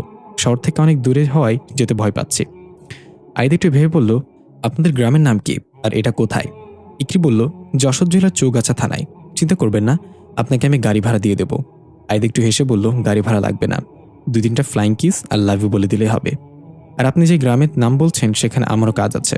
গত কয়েকদিন আগে আমার কাছে ফোন এসেছিল ওই জায়গা থেকে। একটা লোক নাকি অ্যাক্সিডেন্টে মারা যাওয়ার পর তার আত্মা গ্রামবাসীকে অতিষ্ঠ করে তুলেছে। সময় হয়ে ওঠে না, তাই যেতে পারছিলাম না। আপনারা বসেন, আমি রেডি হয়ে আসছি। ইকরি বলল, ঠিক আছে, তাহলে তো ভালোই হলো। আমার 2-3টা ফ্লাইং কিস আর আই লাভ ইউ বেঁচে গেল। আইদ হেসে বলল, তো রাপসিয়া, আপনি কেমন আছেন এখন? বড় একটা বিপদ কেটে উঠেছেন মাত্রই, এখন থেকে সাবধানে থাকবেন। রাপসিয়া এতক্ষণ চুপচাপ বসে দুজনের কথা শুনছিল।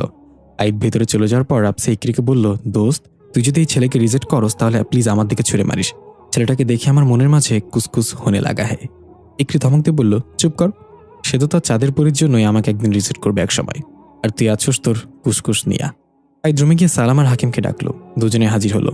তারপর হাকিম বলল, উস্তাদ, আমি খালাকে মনে করিয়ে দিয়েছি ইকরি ম্যাডাম আপনার পরিচিত। এই বকলম সালাম তো গিয়েছে আপনাকে খবর দিতে, আমি না করার পরেও গেছে। সালাম হাঁ করে তাকিয়ে বলে, এই ছিল তোর মনে? তোরে আমি বদদোয়া দিলাম, বাসর রাতে তোর বউ তোরে ভাইয়া ডাকবে। হাকিম বলল, সমস্যা নাই, বউটা তো তোর হবে। সালাম রেগে বলল, ঝালমুড়ির ঠোঙা, তুই আমার বউয়ের দিকে নজর দিছোস? मैं तेरा खून पी जाऊंगा হাকিম। আই ধমক দিয়ে বলল, তোরা কি চুপ করবি নাকি আমি ডান্ডা বের করব? হাকিম একটু লাজুকভাবে বলছে, ছি ওস্তাদ, ডান্ডা বের করবেন কেন? সালাম বলল, হারামজাদা লাঠির কথা বলছে। তুই জানোস না উস্তাদের আলমারিতে সবসময় একটা লাঠি থাকে? আইদকে আলমারি থেকে লাঠি বের করতে দুজনে উধাও। আইদ কপাল চাপড়াতে চাপড়াতে বলতে লাগলো, এই গাধার বাচ্চাগুলো যে কবে আমার পিছু ছাড়বে। আইদ ফ্রেশ হয়ে রেডি হলো যাওয়ার জন্য। কিছু দরকারি জিনিসপত্র নিয়ে এলো সাথে করে। ইকরি আর রাপসিয়াকে গিয়ে বলল গাড়ির পেছনে ছেটে গিয়ে বসতে।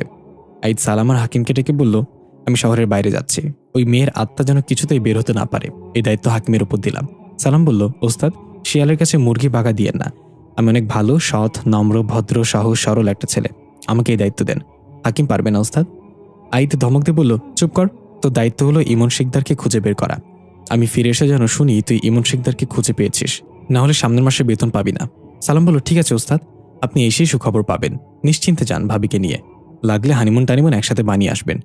আইদ বলল, সালাম। সালাম বলল, এই হাকিম, যা নিজের কাজ কর, ওস্তাদ তোকে যে দায়িত্ব দিচ্ছে সেটা ভালোভাবে পালন করবি। এই বলে সালাম চোখ ট্যারা করে চলে গেল। আইদ একটু হেসে গাড়িতে গিয়ে বসলো। ইকরি বলল, এতক্ষণ লাগলো আসতে? সে কখন থেকে বসে আছি। আইদ বলল, গাধাকে বোঝানো সহজ কাজ না ম্যাডাম, এখন তাহলে যাওয়া যাক। আইদ গাড়ি স্টার্ট করে ড্রাইভ করতে লাগলো। কারো মুখে কোনো কথা নেই, গাড়ির ভিতর সম্পূর্ণ নীরবতা পালন চলছে। আইদ লুকিং গ্লাসে তাকিয়ে দেখলো দুজনেই নাক ডেকে ঘুমাচ্ছে। আইদ একটু পরপরই ইকরির দিকে তাকাচ্ছে লুকিং গ্লাসে। কি মায়াবী মুখ, এই যেন সেই আমার চাঁদের পরী।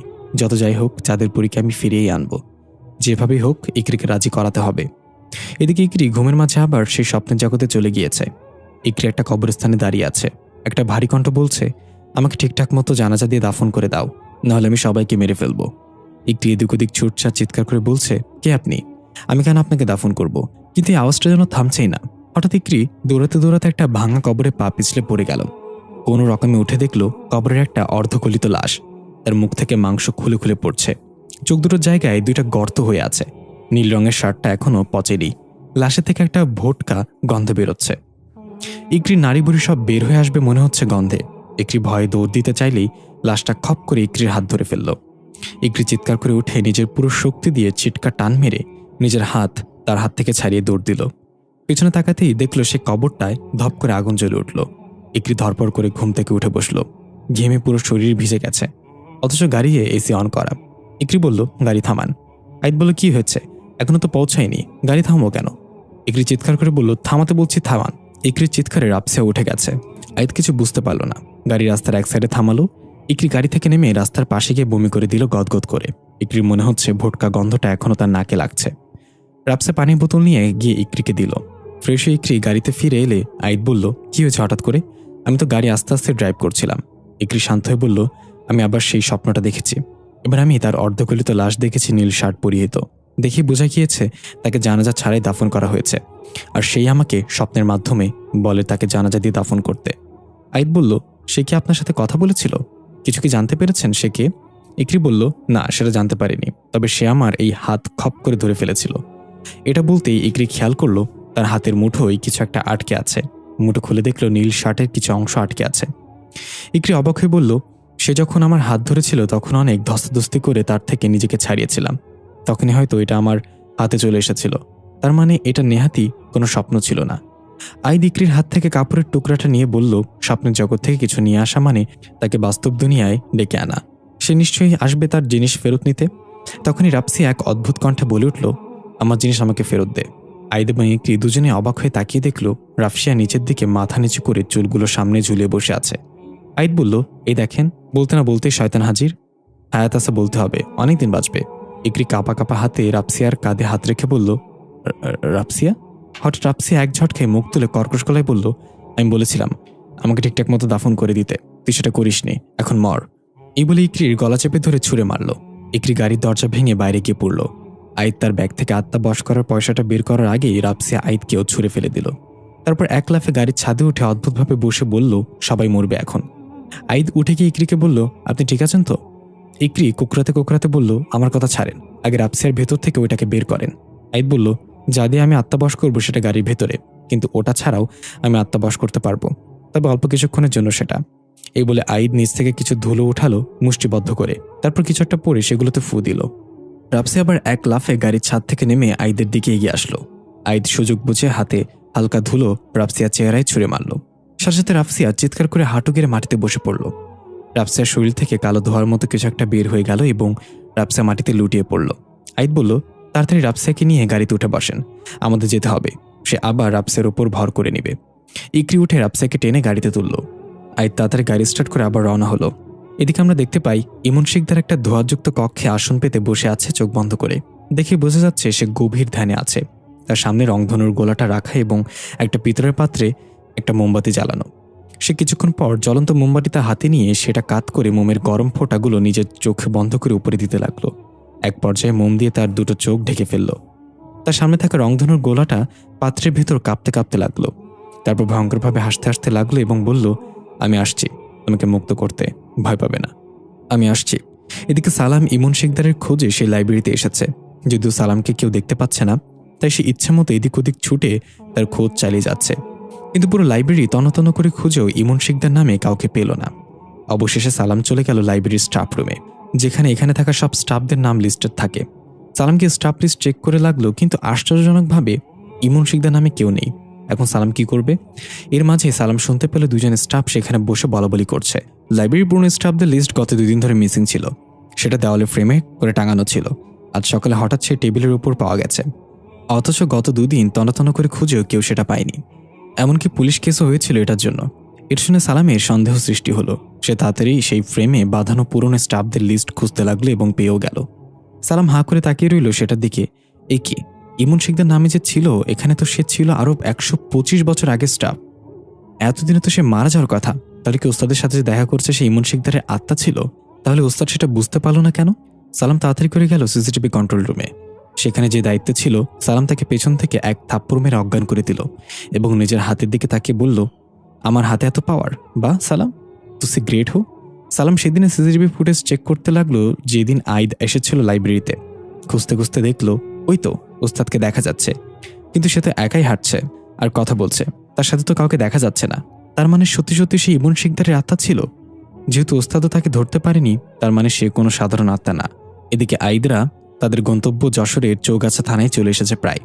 রাপসিয়ার জ্ঞান ফিরতে উঠে বলল, কিরে, আমার কি হয়েছিল? এই কি গাড়ির দরজা ভাঙা কেন? আমরা কি অ্যাক্সিডেন্ট করেছিলাম? ইকরি বলল, অ্যাক্সিডেন্ট তুই করস নাই, অ্যাক্সিডেন্ট করছে আমরা। আর একটু হলেই তো আমাদেরকে মেরে ফেলতে তুই। কেমনে ফাল দিয়ে গাড়ির উপর উঠে গেলি তুই? রাপসা বলল, মানে কি বলতেছো আবল তাবল? আমি আবার কখন গাড়ির ছাদে উঠলাম? এই আইদ ভাইয়া, গাড়ি পাবনা থেকে ঘোরান, ইকরিকে সেখানে রেখে আসি। আইদ এসে বলল, ইকরিকে পাবনা পাগলাগারোতে রাখবো না, ওকে রাখবো আমার মনের পাগলাগারোতে। রাপসা একটু কেসে বলল, ফেরিত দেখে মন চায় গেন্ডারির জুস খেয়ে মইরা যাই। ইকরি রেখে বলল, ফালতু কথা বলিস না তো, এমনি অনেক চিন্তায় আছে আমি। সেখানে গেলে আম্মা আব্বুকে পাবো কিনা। এর মাঝে একদল লোক মশলা হাতে আইদের গাড়ি থামালো। আইদ গাড়ি থামিয়ে মাথা বের করে বলল, কি হয়েছে পথ আটকালেন কেন? একজন বলল, আপনি নিশ্চয়ই আইদ, শহর থেকে এসেছেন। আইদ মাথা নেড়ে বলল, হ্যাঁ। লোকটা বলল, আমরা আপনাকে খবর দিয়েছিলাম। এটা সেই চৌগাছা, একটু আগেও একজনকে মেরে ফেলেছে সেই অতৃপ্ত আত্মা। আইদ গাড়ি থেকে নামলো, সাথে ইকরি এবং রাফসিয়াও নামলো। আইদ বলল, তার উৎপত্তিস্থল কোথায়? একজন বলল, পাশের জঙ্গল থেকে প্রতিদিন ওই আত্মার গর্জন শোনা যায়। সে চিৎকার করে বলে যে সে যতদিন না এসে আমাকে দাফন করবে ততদিন আমি মুক্তি পাবো না, আমি সবাইকে মেরে ফেলবো। ইকরি অবাক হয়ে আইদকে বলল, এই একই কথা তো আমরা স্বপ্নেও এসেছে, তাহলে কি এই আত্মাটা সেই আত্মা? আইদ বলল, সেটা দেখা যাবে। আমরা এখন জঙ্গলে যাবো এই আত্মার খোঁজে। সে যদি আপনার স্বপ্নে সে আত্মা হয় তাহলে তাকে আটকানো অনেক কঠিন হয়ে যাবে, কারণ সে বাস্তব দুনিয়ায় চলে এসেছে ইতোমধ্যে। এই বলে আইদ একটা মশাল হাতে নিয়ে একজন লোককে বলল, আমাকে জঙ্গলের পথ দেখিয়ে দিন। লোকটা আইদকে পথ দেখিয়ে দিল। আইদ সবার আগে হাঁটতে লাগলো। আইদের পিছনে রাফসি এবং ইকরি একে অপরের হাত শক্ত করে ধরে হাঁটছে। বাকি গ্রামবাসী সবাই দোয়া দরুদ পড়তে পড়তে পেছনে হাঁটছে। এদিকে আমরা দেখতে পাই হাকিম সেই রুমের বাইরে বসে আছে যেখানে হাবিবার আত্মা বন্দি করে রাখা হয়েছে। হাবিবার আত্মা ভেতর থেকে চিৎকার করছে তাকে ছেড়ে দেওয়ার জন্য। তার চিৎকার চেঁচামেচিতে হাকিম কান পেতে চেপে ধরে বসে রইল। এক পর্যায়ে সহ্য করতে না পেরে হাকিম দরজা খুলে হাবিবার আত্মাটাকে চপাট করে একটা থাপ্পড় লাগিয়ে রুমের কোণে ফেলে দিল। থাপ্পড়কে হাবিবা একদম চুপসে গেল এবং গালে হাত দিয়ে কোণে বসে রইল। হাকিম গিয়ে হাবিবার কাছে বলল, মৃত্যুর পর যদি কোনো কারণে মুক্তি না পাও তাহলে অন্তত মানুষের বিরক্তর কারণ হইও না। আমি আর সালাম বেঁচে থাকতে অনেক পাপ করেছি, একসাথে অনেক খারাপ কাজ করেছি, তাই আমরা মৃত্যুর পরও মুক্তি পাইনি, এভাবেই ঝুলে আছি। কিন্তু আমরা কখনো কারোর উপর প্রতিশোধ বা কারোর ক্ষতি করার চেষ্টা করিনি। মৃত্যুর পর কোনো ধনী গরিব সাদা কালোই সবাই এক, কারোর মাঝে কোনো পার্থক্য নেই। ভাগ্য ভালো মৃত্যু সবারই হয়, নাহলে বড়লোক আর অহংকারী ব্যক্তিরা এটা নিয়েও মজা করতো যে গরিব ছিল বলে মারা গেছে। তুমি নিজের ভেতরে থাকা রাগ, হিংসা, প্রতিশোধ ঝেড়ে ফেলে দাও। আমাদের টিমে যোগ দিয়ে আত্মা হওয়ার বিষয়টা এনজয় করো। আমাদেরকে কেউ দেখতে পায় না বিশেষ শক্তির অধিকারী মানুষ ছাড়া, তাই নিজেকে একজন অপ আত্মা বানানোর যে একজন ভালো আত্মা হয়ে আমাদের সাথে থেকে যাও। যদি রাজি থাকো তাহলে এক চাপো। হাবিবা বাচ্চাদের মতো করে বলল, আর যদি না থাকি তাহলে? হাকিম বলল, তাহলে এক চাপো, কারণ তোমাকে তো আমাদের টিমে লাগবেই। আমাদের টিমে সব আছে, শুধু গ্ল্যামার নাই। তুমি হবে আমাদের গ্ল্যামার আত্মা। হাবিবা বলল, ঠিক আছে, তাহলে আমি এক চাপলাম, আমি আপনাদের টিমে এখন থেকে। হাকিম খুশি হয়ে বলল, স্বাগতম। আচ্ছা, তোমার চেহারা তো মাশাআল্লাহ ফুলের মতো সুন্দর, এই সৌন্দর্যের রহস্য কি? হাবিবা একটু লজ্জা পেয়ে বলল, তেমন কিছু না, বেঁচে থাকতে সবসময় 5 ওয়াক্ত নামাজ পড়তাম, তাই সুন্দর আমি। হাকিম বলল, বাহ, খুব ভালো তো, তাহলে মাঝে মাঝে নফল নামাজও পড়তে অন্তত হাত পাও সুন্দর হয়ে যেত। এই বলে হাকিম হাসতে লাগলো। হাবিবা বলল, আপনিও না? এদিকে আইদরা জঙ্গলে গিয়ে সেই আত্মার খোঁজ করছে। হঠাৎ চারিদিকে প্রচণ্ড বাতাস বইতে শুরু করলো। সবার হাতে থাকা মশাল নিভে গেল। আইদ তাড়াতাড়ি ব্যাগ থেকে বিশেষ ধরনের এক সবুজ আলো লাইট বের করে সেটা জ্বালিয়ে দিল। সবুজ আলোতে দেখা গেল একটু দূরেই জীর্ণ শীর্ণ শার্ট গায়ে কেউ একটা দাঁড়িয়ে আছে। তার শরীর থেকে মাংস খুলে খুলে পড়ছে, রাগে হিংস্র পশুর মতো গড়গড় করছে। ইকরি বলল, এটাই সেই লাশ, যেটা শার্টের অংশ আমি নিয়ে এসেছিলাম। গ্রামবাসী এটা দেখে ভয়ে যে যার মতো ছুটে পালাতে লাগলো, কিন্তু আইদ এক পাও নড়ল না। আইদ চিৎকার করে জিজ্ঞাসা করলো, কে আপনি? কেন নিজেকে কষ্ট দিচ্ছেন? সে কোনো কথা বলল না, উল্টো ঘুরে হাঁটা দিল জঙ্গলের গভীরে। আইদ বলল, আমাদের তার সাথে যেতে হবে, সে আমাদের কিছু দেখাতে চায়। ইকরি এবং রাফসিয়া প্রচুর ভয় পাচ্ছে, তবুও আইদ থাকা সত্ত্বেও সাহস পাচ্ছে। এর মাঝে গ্রামবাসীরা সব পালিয়ে গেছে। আইদ, ইকরি এবং রাফসিয়া তার পিছু নিল। সে হাঁটতে হাঁটতে একটা জায়গায় গিয়ে থেমে গেল। আইদরাও থেমে গেল। হঠাৎ সে চোখের পলকে অদৃশ্য হয়ে গেল। আইদ দৌড়ে গেল সেখানে যেখানে সে দাঁড়িয়েছিল। টর্চের আলোতে সেখানে একটা হালকা উঁচু করা মাটির স্তূপ দেখতে পেল। আইদ বলল, এটা হয়তো তার কবর, তাকে মারার পর কেউ এখানে এনে জানাজা ছাড়াই পুঁতে ফেলে রেখেছে, আর তাই এই আত্মার এমন ভয়ঙ্কর হয়ে উঠেছে। হঠাৎ রাফসিয়া বলে উঠল, ওটা কি? আইদ এবং ইকরি দেখল রাফসিয়া বাম দিকে একটা গাছের গোড়ায় কিছু একটার দিকে ইশারা করে আছে। সেদিকে এগিয়ে দেখল একটা মানুষের কঙ্কাল। এখানে পোকামাকড় খেয়ে যাচ্ছে কঙ্কালটাকে। ইকরি এগিয়ে গেল। কঙ্কালের হাতের দিকে লক্ষ্য করতেই একটা আংটি দেখে হাউমাউ করে কেঁদে উঠল। আইদ অবাক হয়ে জিজ্ঞাসা করলো, কি হয়েছে ইকরি? ইকরি কাঁদতে কাঁদতে বলল, আমার আব্বু। ইকরি কাঁদতে কাঁদতে আব্বুর কঙ্কালের সামনে বসে পড়ল। নিজের চোখে যেন বিশ্বাস করতে পারছে না। রাফসিয়া ইকরির সান্ত্বনা দিতে লাগলো। আইদ বলল, আপনি কিভাবে বুঝলেন এটা আপনার আব্বুর কঙ্কাল? তার জামা কাপড়ের তো কোনো চিহ্ন নেই। ইকরি কঙ্কালের হাত থেকে আংটিটা খুলে আইদের হাতে দিয়ে বলল, এটা আমার আব্বুর হাতে থাকতো সবসময়। আইদ আংটিটা হাতে নিয়ে ঘুরিয়ে ফিরে দেখতে লাগলো। নিজের গেঞ্জি দিয়ে সেটা পরিষ্কার করে ভালোভাবে দেখতেই আইদ চমকে গেল। আইদের চোখ বড় বড় হয়ে গেল। দৃশ্য চলে গেল 10 বছর আগে, যেদিন সোহানা মারা গিয়েছিল বাসের ধাক্কায়। বিকট শব্দ শুনে আইদার কথা সেদিকে তাকালে দেখতে পেল সোহানার হাওয়ায় ভাসছে। কিছু বুঝে ওঠার আগেই সোহানা গিয়ে ল্যাম্প পোস্টের খুঁটির সাথে বাড়ি খেয়ে নিচে আশ্রয় পড়ল। আইদ সোহানা বলে চিৎকার করে দৌড়ে গেল। যে বাস সোহানাকে অ্যাক্সিডেন্ট করিয়েছিল সেই বাস সেদিন না থেমেই পালিয়ে গিয়েছিল, তবে ড্রাইভারের হাত জানালা দিয়ে বের হয়ে থাকায় আইদ শুধু তার হাত দেখতে পেয়েছিল। হাতে একটা আংটি চকমক করছিল। আইদ এই আংটিটার কথা কখনো ভুলবে না। সে আংটিওয়ালা লোকটাই সোহানার অ্যাক্সিডেন্ট করে পালিয়ে গিয়েছিল। দৃশ্য ফিরে এলো বর্তমানে। আইদ আংটিটা হাতে চেপে ধরে বলল, ইকরি, আপনার বাবা কি কাজ করত? ইকরি চোখ মুছে বলল, আমার বাবা বাস ড্রাইভার ছিল, তবে 10 বছর আগে কোন এক অজানা কারণে বাস চালানো ছেড়ে দেয় বাবা। তারপর ছোটখাটো একটা ব্যবসা করত। আইদের চোখ রাগে লাল হয়ে গেল। সোহানার অক্সিজেন মাস্ক পুরাটা আইদের চোখে ভাসতে লাগলো। সোহানা বলা শেষ কথাটা আইদের কানে বাজতে লাগলো, ভাইয়া, আমাকে শেষবারের মতো একটা ভেন্ডি বলে ডাকবি? আইদ রাগে কষ্ট আংটিটা হাতের মাঝে এমনভাবে চেপে ধরল যে সেটা আইদের হাতে বিঁধে গিয়ে রক্ত বের হতে লাগলো। এটা ইকরি বা রাপসিয়া কেউ খেয়াল করলো না। আইদ নিজেকে কোনো মতো শান্ত করে বলল, এই আংটিটির মাধ্যমে আমি বের করবো আপনার বাবা কিভাবে মারা গিয়েছে, আর ওই আত্মাটাই বা কে। ইকরি বলল, তাহলে এখন সেটা করেন। আমি জানতে চাই আমার বাবা কিভাবে মারা গেছে। আইদ সেই কবরের মতো মাটির স্তূপ থেকে এক মুঠো মাটি নিয়ে ব্যাগে ঢুকিয়ে বলল, এখানে হবে না, এটা আমাকে অতীতে পৌঁছাতে হলে যেতে হবে চাঁদের পরীতে। ইকরি ভুরুকুচকে বলল, চাঁদের পরী? আইদ কিছু না বলে হাঁটা দিয়ে জঙ্গল থেকে বের হওয়ার জন্য রাপসিয়া আর ইকরিও আইদের পিছু নিল। রাপসিয়া ইকরির কানে কাছে গিয়ে ফিসফিস করে বলল, আংটিটা দেখার পর থেকে আইদের ব্যবহারের পরিবর্তন এসেছে, সেটা লক্ষ্য করছস? ইকরি বলল, হ্যাঁ দেখেছি। নিশ্চয় আমার আব্বুকেও চিনে। এখন কোনো কথা বলিস না, দেখিও কি করে। গাড়ি কাছে এসে দেখলো গ্রামবাসীরা সবাই এখানে দাঁড়িয়ে আছে। আইদকে দেখেই সবাই এগিয়ে গেল। একজন বলল, আপনি কি সে আত্মাটাকে বন্দি করতে পেরেছেন? আইদ বলল, এখনো না, তবে খুব তাড়াতাড়ি করে ফেলবো, চিন্তা করবেন না। লোকটা একটা টাকার বান্ডিল এগিয়ে দিয়ে বলল, আপনার ফিস এটা, দয়া করে আত্মাটাকে তাড়াতাড়ি তার গন্তব্যে ফেরত পাঠিয়ে দেন, আমরা অনেক আতঙ্কিত। আইদ টাকার বান্ডিলটা না নিয়ে বলল, এই কাজটার বিনিময়ে আমি কিছুই নেব না, কারণ এই আত্মার সাথে আমারও অনেক প্রশ্ন লুকিয়ে আছে। তাই আপনারা নিশ্চিন্তে নিজেদের বাসায় ফিরে যান, কালকের পর থেকে সে আর ফিরে আসবে না। গ্রামবাসীরা খুশি হয়ে সবাই যে যার মতো চলে গেল। আইদ গাড়িতে উঠে বসলো, সাথে ইকরি আর রাপসিয়াও। ইকরি বলল, আমরা এখন কোথায় যাচ্ছি? আইদ বলল, যেখান থেকে এসেছি সেখানে। ইকরি বলল, আপনি গ্রামবাসীদের এটা কেন বললেন যে ওই আত্মার সাথে আপনারও অনেক প্রশ্ন লুকিয়ে আছে? আপনি কি কিছু লুকাচ্ছেন? আইদ কোনো কথা না বলে ফুল স্পিডে গাড়ি ছাড়ল। আইদের মাথায় এখন একটাই কথা ঘুরছে, ইকরির আব্বুর কারণেই সোহানা মারা গিয়েছে সেদিন। সোহানার কথা ভাবতে ভাবতে আইদের চোখের কোণে এক বিন্দু পানি জমল। আজ হঠাৎ সোহানার কথা খুব মনে পড়ছে। আইদের চোখে ভাসতে লাগলো, একদিন সোহানা আর আইদ খাবারের কেনার জন্য দোকানে গিয়েছিল। সোহানা তার পছন্দের সব চকলেট আর আইসক্রিম নিল ব্যাগ ভর্তি করে।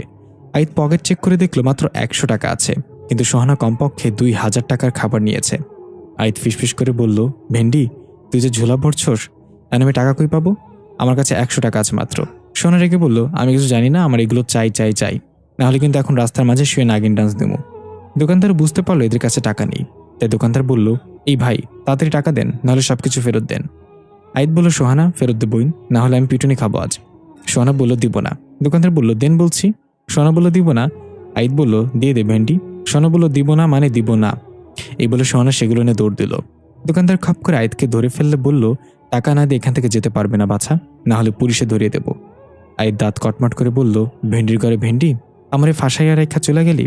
আচ্ছা, আমার কাছে টাকা নেই, আপনি পুলিশে খবর দেন। দোকানদার রেগে মেগে পুলিশে কল করলো। কিছুক্ষণের মধ্যে পুলিশ চলে আসলো এবং আইদকে ধরে নিয়ে গেল। সোহানা পার্কে বসে আইসক্রিম খাচ্ছে মনের সুখে, কারণ সোহানা জানে আইদ হলো সাপের মতো, সে কোনো না কোনোভাবে নিজেকে ছাড়িয়ে নিবেই। সোহানা আইসক্রিমে ফুরুত করে টান দিয়ে পেছনে তাকিয়ে দেখলো আইদ দাঁড়িয়ে আছে রাগান্বিত দৃষ্টিতে। সোহানা ব্যাগ থেকে একটা আইসক্রিম বের করে আইদের দিকে এগিয়ে দিয়ে বলল, কিরে, কখন আসলি? এনে আইসক্রিম খা। আইদ টান দিয়ে আইসক্রিমটা নিয়ে ঠাস করে সোহানার পাশে বসে আইসক্রিম খেতে খেতে বলল, তুই আমার ফাঁসাইয়া দিয়ে চলে আসলি কেন? তারা যদি আমাকে গণপিটুনি দিত?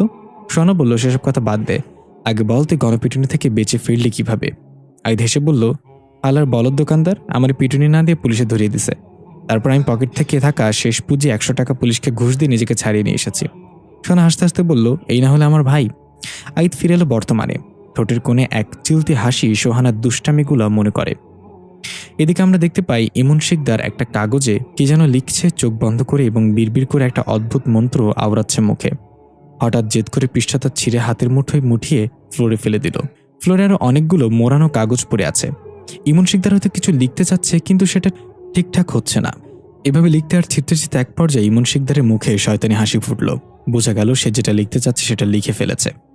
ইমন শিকদার চোখ খুলে কাগজটার দিকে তাকিয়ে একা একাই বলে উঠল, তার মানে তোমার নাম ফারদিন চৌধুরী, আইদ আহমেদ আর ফারদিন চৌধুরী। আমি তোমাদের রংধনুর দুনিয়ায় পৌঁছাতে দিব না আমার আগে। চাঁদের পরী আমার এবং আমারই থাকবে। তোমরা মারা যাবে আর আমি চাঁদের পরীর সাথে পুনর্জন্ম নিব।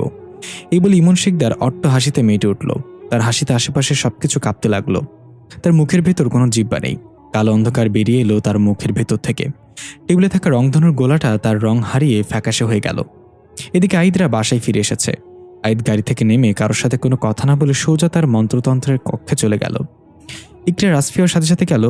মন্ত্রতন্ত্রের কক্ষের উপর লেখা চাঁদের পরী। হাকিমা সালমা দূরে দাঁড়িয়ে আছে। হাকিম বলল, উস্তাদকে আজ অন্যরকম দেখাচ্ছে কেন সালাম? সালাম বলল, আমিও তো সেটাই ভাবছি, নিশ্চয়ই কিছু হয়েছে। উস্তাদকে তো এত রাগান্বিত কখনো দেখিনি। পেছন থেকে হাবিবা এসে বলল, হাকিম ভাইয়া আমার সাথে একটু আসেন তো। হাকিম বলল, চলো চলো। তুমি বলে তো বেড কাটা বিছানো রাস্তাও পার হতে পারি। সালাম মুখ বাঁকিয়ে বলল, আমার সামনে এসব ঢং করবি না হাকিম। মাথা গরম হলে তোকে লুঙ্গি পরিয়ে উল্টো করে টাঙিয়ে পিটাবো। হাকিম হাসতে হাসতে হাইবার সাথে যেতে যেতে গান ধরল, পরান যায় জুলিয়ারে। সালাম নিজের রাগ কন্ট্রোল করে ডাক শান্ত গলায় বলল, হাকিম যাবে আমার সাথে? হাকিম পেছনে তাকিয়ে কৌতূহল নিয়ে বলল, কোথায়? সালাম বলল, হাঁকতে। এই বলে সালাম হাসতে হাসতে দৌড় দিল। হাকিম চিৎকার করে বলল, সালাম্মা তোরে আমি খাইছি, লেডিসের সামনে এমন কথা কেন বললি? হাকিম সালামের পিছু নিল। হাবিবা ফিক করে হেসে বলল, এই দুজনের টম এন্ড জেরি কবে বন্ধ হবে আল্লাহ জানে। আইজ চাঁদের পরীর কক্ষে গিয়ে লবণ ছিটিয়ে একটা গোলাকার বৃত্ত তৈরি করলো। দেখা গেল বৃত্তের মাঝখানে সেই কফিনটা রাখা, যেটা খুললেই কয়েকটা রং বেরঙের প্রজাপতি বেরিয়ে আসতো আর আইদ তার অতীতে চলে যেত। ইকরি বলল, এই কফিনটা কিসের? আইদ বলল, এটাই চাঁদের পরীর শেষ নিশানা, আমি যত্ন করে রেখে দিয়েছি। ইকরা বলল, ঠিক আছে বুঝলাম, এখন বলেন আমার কি কোনো দায়িত্ব আছে? আমি কি করব? আইদ বলল, অপেক্ষা। আইদ গোলাকার বৃত্তর মাঝে বসে একটা মোমবাতি জ্বালিয়ে একটা পাত্রে কিছু পানি ঢেলে আংটিটা সেই পাত্রে রাখলো। তারপর চোখ বন্ধ করে কিছু একটা পড়তে লাগলো। ইকরিয়া রাপসিয়া ঘরের এক কোণে দাঁড়িয়ে একে অপরের দিকে তাকিয়ে জিজ্ঞাসা করছে সে কি করছে। কিছু তো বুঝতে পারছি না। আইদ কিছুক্ষণ পর চোখ মেলে তাকালো। দেখা গেল আইদের চোখের মনি গায়েব। সম্পূর্ণ ধবধবে সাদা রঙের চোখে এক নজরে কফিনটার দিকে তাকিয়ে আছে। এটা দেখে ইকরি এবং রাপসিয়া প্রচুর ভয় পেয়ে গেল। আইদের এমন রূপ যেন তারা নিজের চোখে কেউ বিশ্বাস করতে পারছে না। আইদ ধীরে ধীরে কফিনের ঢাকনাটা হালকা খুলে দিতেই সেটা থেকে রং বেরঙের প্রজাপতি বেরিয়ে এলো কয়েকটা। একটা প্রজাপতি এসে আইদের হাতে বসলো। সাথে সাথে আইদ সেদিনে পৌঁছে গেল যেদিন সোহানার অ্যাক্সিডেন্ট হয়েছিল। পৌঁছানোর সাথে সাথে সোহানার অ্যাক্সিডেন্ট হলো। আইদ সেদিকে খেয়াল না করে দৌড়ে সে বাসে উঠে গেল। বাসে উঠে দেখলো মধ্যবয়স্ক একটা লোক গাড়ি ড্রাইভ করছে, কিন্তু বাসে কোনো যাত্রী নেই, একদম খালি বাস। বাসের হেল্পার চিৎকার করে বলল, তুই অ্যাক্সিডেন্ট করেছে গাড়ির সাথে ওস্তাদ, গাড়ি থামান। কিন্তু ড্রাইভার বলল, পাগল নাকি তুই, এটা পাবলিক এরিয়া, এখন এখানে দাঁড়িয়ে গাড়ি থামালে আমরা ফেসে যাব। আইদকে কেউ না দেখলেও আইদ দাঁড়িয়ে দাঁড়িয়ে এসব শুনছে। রাগে আইদের চোখে লাল হয়ে গেল, কিন্তু আইদ এখন চাইলেও কিছু করতে পারবে না দেখে যাওয়া ছাড়া। ড্রাইভার আরও জোরে বাস ভাগাচ্ছে। এখন সে ভয় পেয়ে আছে যেন পুলিশ তাকে চিহ্নিত করতে না পারে। প্রায় 1 ঘন্টা পর বাস হাইওয়ে সড়কের শুনশান এলাকা দিয়ে যাচ্ছে। বাসের হেডলাইটের আলোতে দেখতে পেলাম পিলারে লেখা যশোর 0 কিলোমিটার। তার মানে এখন যশোরে আছে সে। ওই আত্মার সাথে যা হয়েছে এখানেও হবে হয়তো। বলতে না বলতে বাসের সাথে একটা মোটরসাইকেল আরোহীর গুরুতর অ্যাক্সিডেন্ট হলো। যেহেতু এটা শুনশান এলাকা তাই এবার সে বাস থামালো। বাস থেকে হেল্পার এসে নেমে দেখলো মোটরসাইকেল আরোহী স্পট ডেড। তার গায়ে ছিল তখন নীল রঙের একটা শার্ট। তার মাথা একদম থেতলে গেছে। ড্রাইভার এবং হেল্পার মিলে লাশটাকে জঙ্গলে নিয়ে গেল। আইদ তাদের পিছু করতে করতে সেই জায়গায় গিয়ে পৌঁছালো যেখানে ইকরির বাবার কঙ্কাল পেয়েছিল তারা। তার মানে এখানে তারা এই লাশ এখানে পুঁতে ফেলবে। যেমন বলা তেমনই কাজ। হেল্পার গিয়ে বাস থেকে কোদাল নিয়ে এলো এবং দুজন মিলে লোকটার লাশ পুঁতে ফেললো সেখানে। কাজ শেষ করে তারা তাড়াতাড়ি করে বাসে ফিরে গেল এবং দ্রুত গতিতে বাস ছেড়ে চলে গেল। আইদ এখানে সেখানে দাঁড়িয়ে আছে। আইদ ভাবছে তারা তো লাশ পুঁতে রেখে চলে গেল, তাহলে ইকরির আব্বু মানে ড্রাইভার মারা গেল কিভাবে? তখন আইদ পেছনে কারোর খচখচ শব্দ পেল। কেউ শুকনো পাতার উপর দাঁড়িয়ে পা নাড়াচ্ছে। আইদ এক ঝটকায় পেছনে তাকিয়ে দেখলো তার আত্মা দাঁড়িয়ে আছে যাকে মাত্রই পুঁতে ফেলে রেখে গেছে। শাহিদকে বলল, তুমি ভবিষ্যৎ থেকে অতীতে এসেছো তাই না? আইদ বলল, হ্যাঁ, আমি জানতে এসেছিলাম আপনার সাথে কি হয়েছে এবং জেনেও গিয়েছি, কিন্তু আমি জানতে চাই ওই ড্রাইভার কিভাবে মারা গেল। সে বলল, আমি নিজে হাতে মেরেছি। আমার মৃত্যুর জন্য আমার বিন্দুমাত্র আফসোস ছিল না। আমি কোনো প্রতিশোধ নিতে চাইনি। আমি তাকে বারবার স্বপ্ন দেখেছিলাম যেন আমাকে জানাজা দিয়ে ঠিকঠাক মতো দাফন করা হয়, কিন্তু সে আমার দেখানো স্বপ্ন আমলে নেয়নি কখনো। তারপর সে একদিন এখানে আসে, কারণ এটা তার গ্রামের বাড়ি। তার বাবা মা এখানেই থাকে। তাকে দেখতে পেয়ে আমার মাঝে পুষে রাখা রাগ জেগে উঠল। সুযোগ বুঝে আমি তাকে খুব যন্ত্রণাদায়ক মৃত্যু দেই। আর তারপর আমার মাঝে একটা পশু জেগে ওঠে। মানুষ মারতে ভালো লাগে, তাই আমি সুযোগ পেলেই গ্রামের কাউকে না কাউকে মেরে ফেলি। তাকে মারার পর আমি তার মেয়েকে স্বপ্ন দেখানো শুরু করলাম, কিন্তু সে আমার স্বপ্ন আমলে নেয়নি। আমি তাকেও মেরে ফেলতাম, কিন্তু তাকে মারা সম্ভব না, কারণ তাকে রক্ষা করছে স্বয়ং চাঁদের পরী। সবকিছু শুনে আইদের কাছে এখন সব ক্লিয়ার হয়ে গেল। আইদ বলল, আপনি আর কাউকে মারবেন না, আমি নিজে আপনার জানাজার ব্যবস্থা করব, কথা দিলাম আপনাকে। সে সুন্দর করে হেসে বলল, আমি অপেক্ষায় থাকবো। আইদের বুকে ব্যথা শুরু হয়ে গেল, চিৎকার করে সেখানে বসে পড়ল। আইদ চোখ খুলে দেখল ইকরি এবং রাফসিয়া তার মাথায় পানি দিচ্ছে। আইদকে হুঁশে আসতে দেখে ইকরি অনেক খুশি হয়ে গেল, কিন্তু আইদ কিভাবে বলবে ইকরির আব্বুই সোহানার মৃত্যুর কারণ। ইকরি বলল, কি হয়েছে, আপনি অতীতে গিয়ে কি দেখলেন? আইদ উঠে গিয়ে ফ্রিজ থেকে ঠান্ডা পানির বোতল বের করে ঢকঢক করে পানি গিলে নিল কিছু, তারপর শান্ত গলায় বলল, আপনার বাবা একজন খুনি, সেদিন সে দুইটা তাজা প্রাণ কেড়ে নিয়েছে। ইকরি এটা শুনে অবাক হয়ে গেল যে তার আব্বা একজন খুনি। আইদ সবকিছু খুলে বলল ইকরিকে, সোহানার মৃত্যুর জন্য ইকরির আব্বু দায়ী। এটা শুনে ইকরি আর নিজেকে নিয়ন্ত্রণ করতে পারল না, কান্না করতে করতে সেখান থেকে বেরিয়ে গেল। রাফসি ইকরির পেছন পেছন গেল। আইদ একটা দীর্ঘশ্বাস ছেড়ে উঠে বের হলো রুম থেকে। এখন কি করব? ইকরিকে তো আমার দরকার, ইকরি ছাড়া চাঁদের পরীকে ফিরে আনা সম্ভব না। আইদ অনেক ভেবেচিন্তে ইকরির কাছে গেল। ইকরি এখনও কান্না করছে। আইদকে শান্ত গলায় বলল, যা হওয়ার তা হয়ে গেছে, আপনার আব্বু পাপের জন্য আপনাকে শাস্তি দেওয়া কোনোভাবেই মানায় না। যদিও আপনার আব্বু অ্যাক্সিডেন্টগুলো নিজের ইচ্ছাতে করেনি, কিন্তু সে অ্যাক্সিডেন্ট করার পর যেটা করেছে সেটা গুরুতর অপরাধ। এখন সবকিছু ঠিক করার সময়। আপনি আর রাফসিয়া যশোরে যাবেন এখন, সেখানে গিয়ে আপনার দাদা বাড়ির লোকজনকে বুঝিয়ে শুনিয়ে সেই লোকটার লাশ উঠিয়ে ঠিকঠাক মতো জানাজা পড়িয়ে দিবেন, তারপর একটা কবরস্থানে তাকে দাফন করে দিবেন। এটা এখন আপনার দায়িত্ব।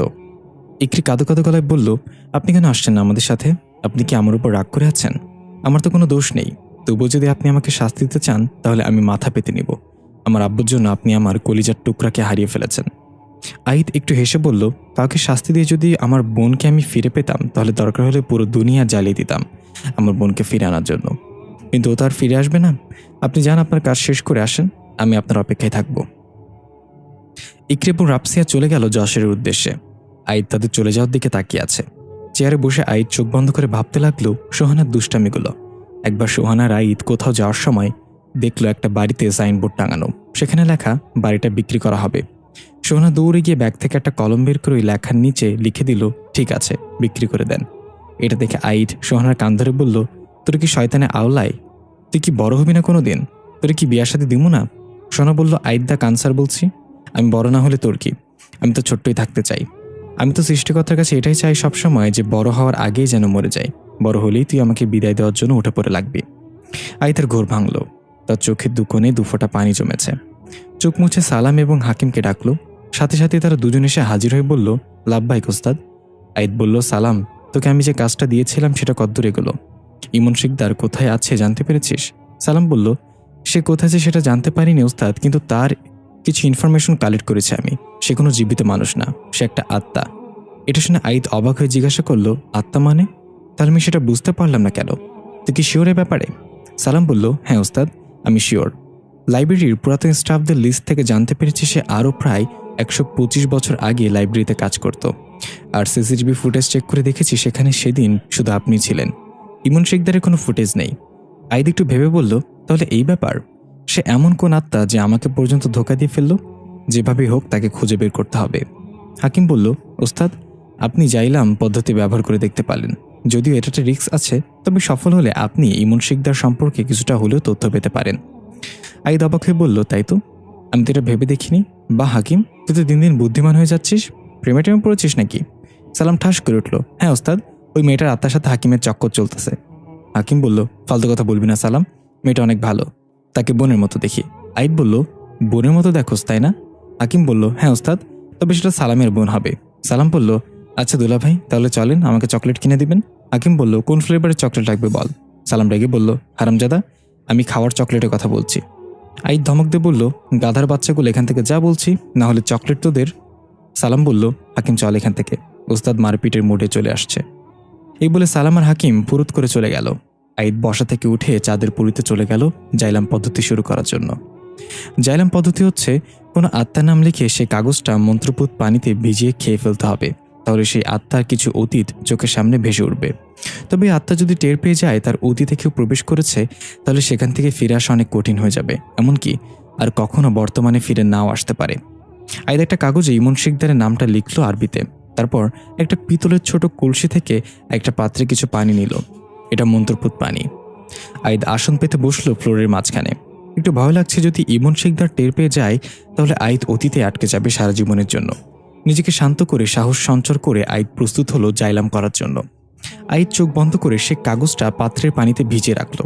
কিছুক্ষণ পর কাগজে থাকা নামটা পানিতে মিশে গেল এবং পানিটা গরম হয়ে টকবক করতে লাগলো। আইদ গরম পানি থেকে কাগজটা বের করে এনে নিজের মুখে পুরে দিয়ে এবং চিবিয়ে কাগজটা খেয়ে নিল। সাথে সাথে আইদের চোখের মনি গায়েব হয়ে গেল। আইদ সামনে রাখা মন্ত্রপুত পানির পাত্রের দিকে তাকালো। দেখা গেল সেখানে ইমন শিকদারের কিছু দৃশ্য ভেসে উঠছে। ইমন শিকদারের যৌবনের বয়স এটা। সে একটা ফুল হাতে নিয়ে বাস স্ট্যান্ডে দাঁড়িয়ে আছে। হয়তো কারোর জন্য অপেক্ষা করছে সে। আর অনেকেই বাসের অপেক্ষায় আছে। ইমন শিকদার বারবার হাতে থাকা পুরনো মডেলের ক্যাসিও ঘড়িটার দিকে তাকাচ্ছে। তখন একটা বাস এসে থামলো। বাসে ওঠার জন্য সবাই ধাক্কাধাক্কি শুরু করলো। ইমন শিকদার অনেক ঠেলাঠেলি করে বাসে উঠতে সক্ষম হলো, কিন্তু কোনো সিট পেল না। উপরে থাকা হাতল ধরে দাঁড়িয়ে তার একটু সামনে সিটে বসা একটা মেয়ের দিকে তাকাচ্ছে বারবার। মেয়েটাও ঘাড় ঘুরে কিছুক্ষণ পর পর ইমন শিকদারের দিকে তাকিয়ে মুচকে মুচকে হাসছে। দেখে বোঝা যাচ্ছে এরা প্রেমিক যুগল। ইমন শিকদার ফুলটা হাতে নিয়ে এগিয়ে দিল মেয়েটার ইশারায়। নিষেধ করে দেখালো পাশে আম্মু বসে আছে। ইমন শিকদার দাঁতে দাঁত কামড়ে ফিসফিস করে বলল, বিশ্বযুদ্ধ করে বাসে উঠে যদি ফুলটা নাই দিতে পারি তাহলে আমি বাস থেকে লাফ দিয়ে মরে যাব। মেয়েটা হাত দিয়ে মুখ চেপে ইশারায় বলল, অন্য কোনো দিন দিও, আজকে না। বাস আরেকটা স্টেশনে থামলে ইমন শিকদার নেমে যাওয়ার সময় ভুলবশত ফেলে দেওয়ার ভান করে ফুলটা মেয়ের কোলে রাখলো। পাশে সিটে বসা মেয়েটার আম্মু এটা লক্ষ্য করার আগেই মেয়েটা তাড়াতাড়ি ব্যাগের ভেতর ঢুকিয়ে নিল ফুল। আর মনে মনে হাসলো, সত্যি পাগল একটা। ইমন শিকদার বাস থেকে নেমে সোজা চলে গেল লাইব্রেরিতে। সেখানে আসতেই লাইব্রেরির ম্যানেজার ইমন শিকদারকে কথা শোনাতে লাগলো কাজ রেখে এভাবে বাইরে বাইরে ঘোরার জন্য। কিন্তু ইমন শিকদার যেন ম্যানেজারের মাঝেও তার প্রেমিকাকে দেখতে পাচ্ছে। সে দেখছে তার প্রেমিকার খোলা চুলগুলো বাতাসে উড়ছে আর রাগান্বিত চেহারায় তাকে কিছু একটা বলছে স্লো মোশনে, কিন্তু তার কোনো শব্দই নেই। ইমন শিকদার ঘরের মাঝে ম্যানেজারের হাত ধরে ডান্স করতে করতে বলল, আমার চাঁদের পরি কবে আসবে আমার ঘরে জ্যোৎস্না দিতে? তখনই ম্যানেজারের চিৎকারে ইমন শিকদারের ঘোর ভাঙল। জিব্বায় কামড় দিয়ে ম্যানেজারকে ছেড়ে দিয়ে দৌড়ে চলে গেল। আশেপাশে সবাই হতবাক হয়ে তাকিয়ে আছে। রাতের বেলা ইমন শিকদার হারিকেনের আলোতে বসে চিঠি লিখছে তার প্রেমিকার জন্য। প্রিয় চাঁদের পরি, আমি নিজেকে হারানোর ভয় পাই না, যতটা তোমাকে হারানোর ভয় পাই। তুমি হারিয়ে গেলে আমি তোমাকে মৃত্যুর পর হলেও খুঁজে বের করব। আমি জানি তুমি সাধারণ কোনো মানুষ না, তবে চন্দ্রগ্রহণের আগ পর্যন্ত আমি তোমাকে রক্ষা করব। আমি থাকতে কেউ তোমার কোনো ক্ষতি করতে পারবে না। তুমি হবে প্রথম চাঁদের পরি যে চন্দ্রগ্রহণ পর্যন্ত বেঁচে থেকে সম্পূর্ণরূপে মানুষে রূপান্তরিত হবে। সেই দিন আর বেশি দূরে না। ইতি, তোমার ইমন শিকদার। চিঠি লেখা শেষ করে ইমন শিকদার অদ্ভুত একটা হাসি দিয়ে ওপরের দিকে তাকিয়ে বলল, কি ব্যাপার আইদ আহমেদ, আমার অতীতে প্রবেশ করেছ অথচ আমার অনুমতি নাওনি? Very bad. এই বলে ইমন শিকদার একটা কাগজে আইদের নাম লিখে সেটা হাতের মুঠোয় মুড়িয়ে চেপে ধরল। বর্তমান সমাজে আইদের পেটে প্রচণ্ড ব্যথা শুরু হয়ে গেল। আইদ নিঃশ্বাস নিতে পারছে না। অতীতের ইমন শিকদার জোরে জোরে হাসছে আর বলছে, চাঁদের পরি শুধু আমার। আইদ কোনো মতে মুখের ভেতর থেকে নিজের আঙুল ঢুকিয়ে বমি করে দিল এবং বমির সাথে গিলে ফেলা কাগজের টুকরো বের হয়ে আসলো। আইদ বের হতে সক্ষম হলো ইমন শিকদারের অতীত থেকে। জোরে জোরে নিঃশ্বাস নিতে লাগলো। আইদ ক্লান্তিতে সেখানে চিত হয়ে শুয়ে পড়ল। কিছুক্ষণ চোখ বন্ধ রেখে নিজেকে শান্তভাবে ভাবতে লাগলো, ইমন শিকদার ওই মেয়েটাকে চাঁদের পরি বলছে কেন? কে এই মেয়েটা? আর ইমন শিকদারের উদ্দেশ্য কি? সে কি করতে যাচ্ছে?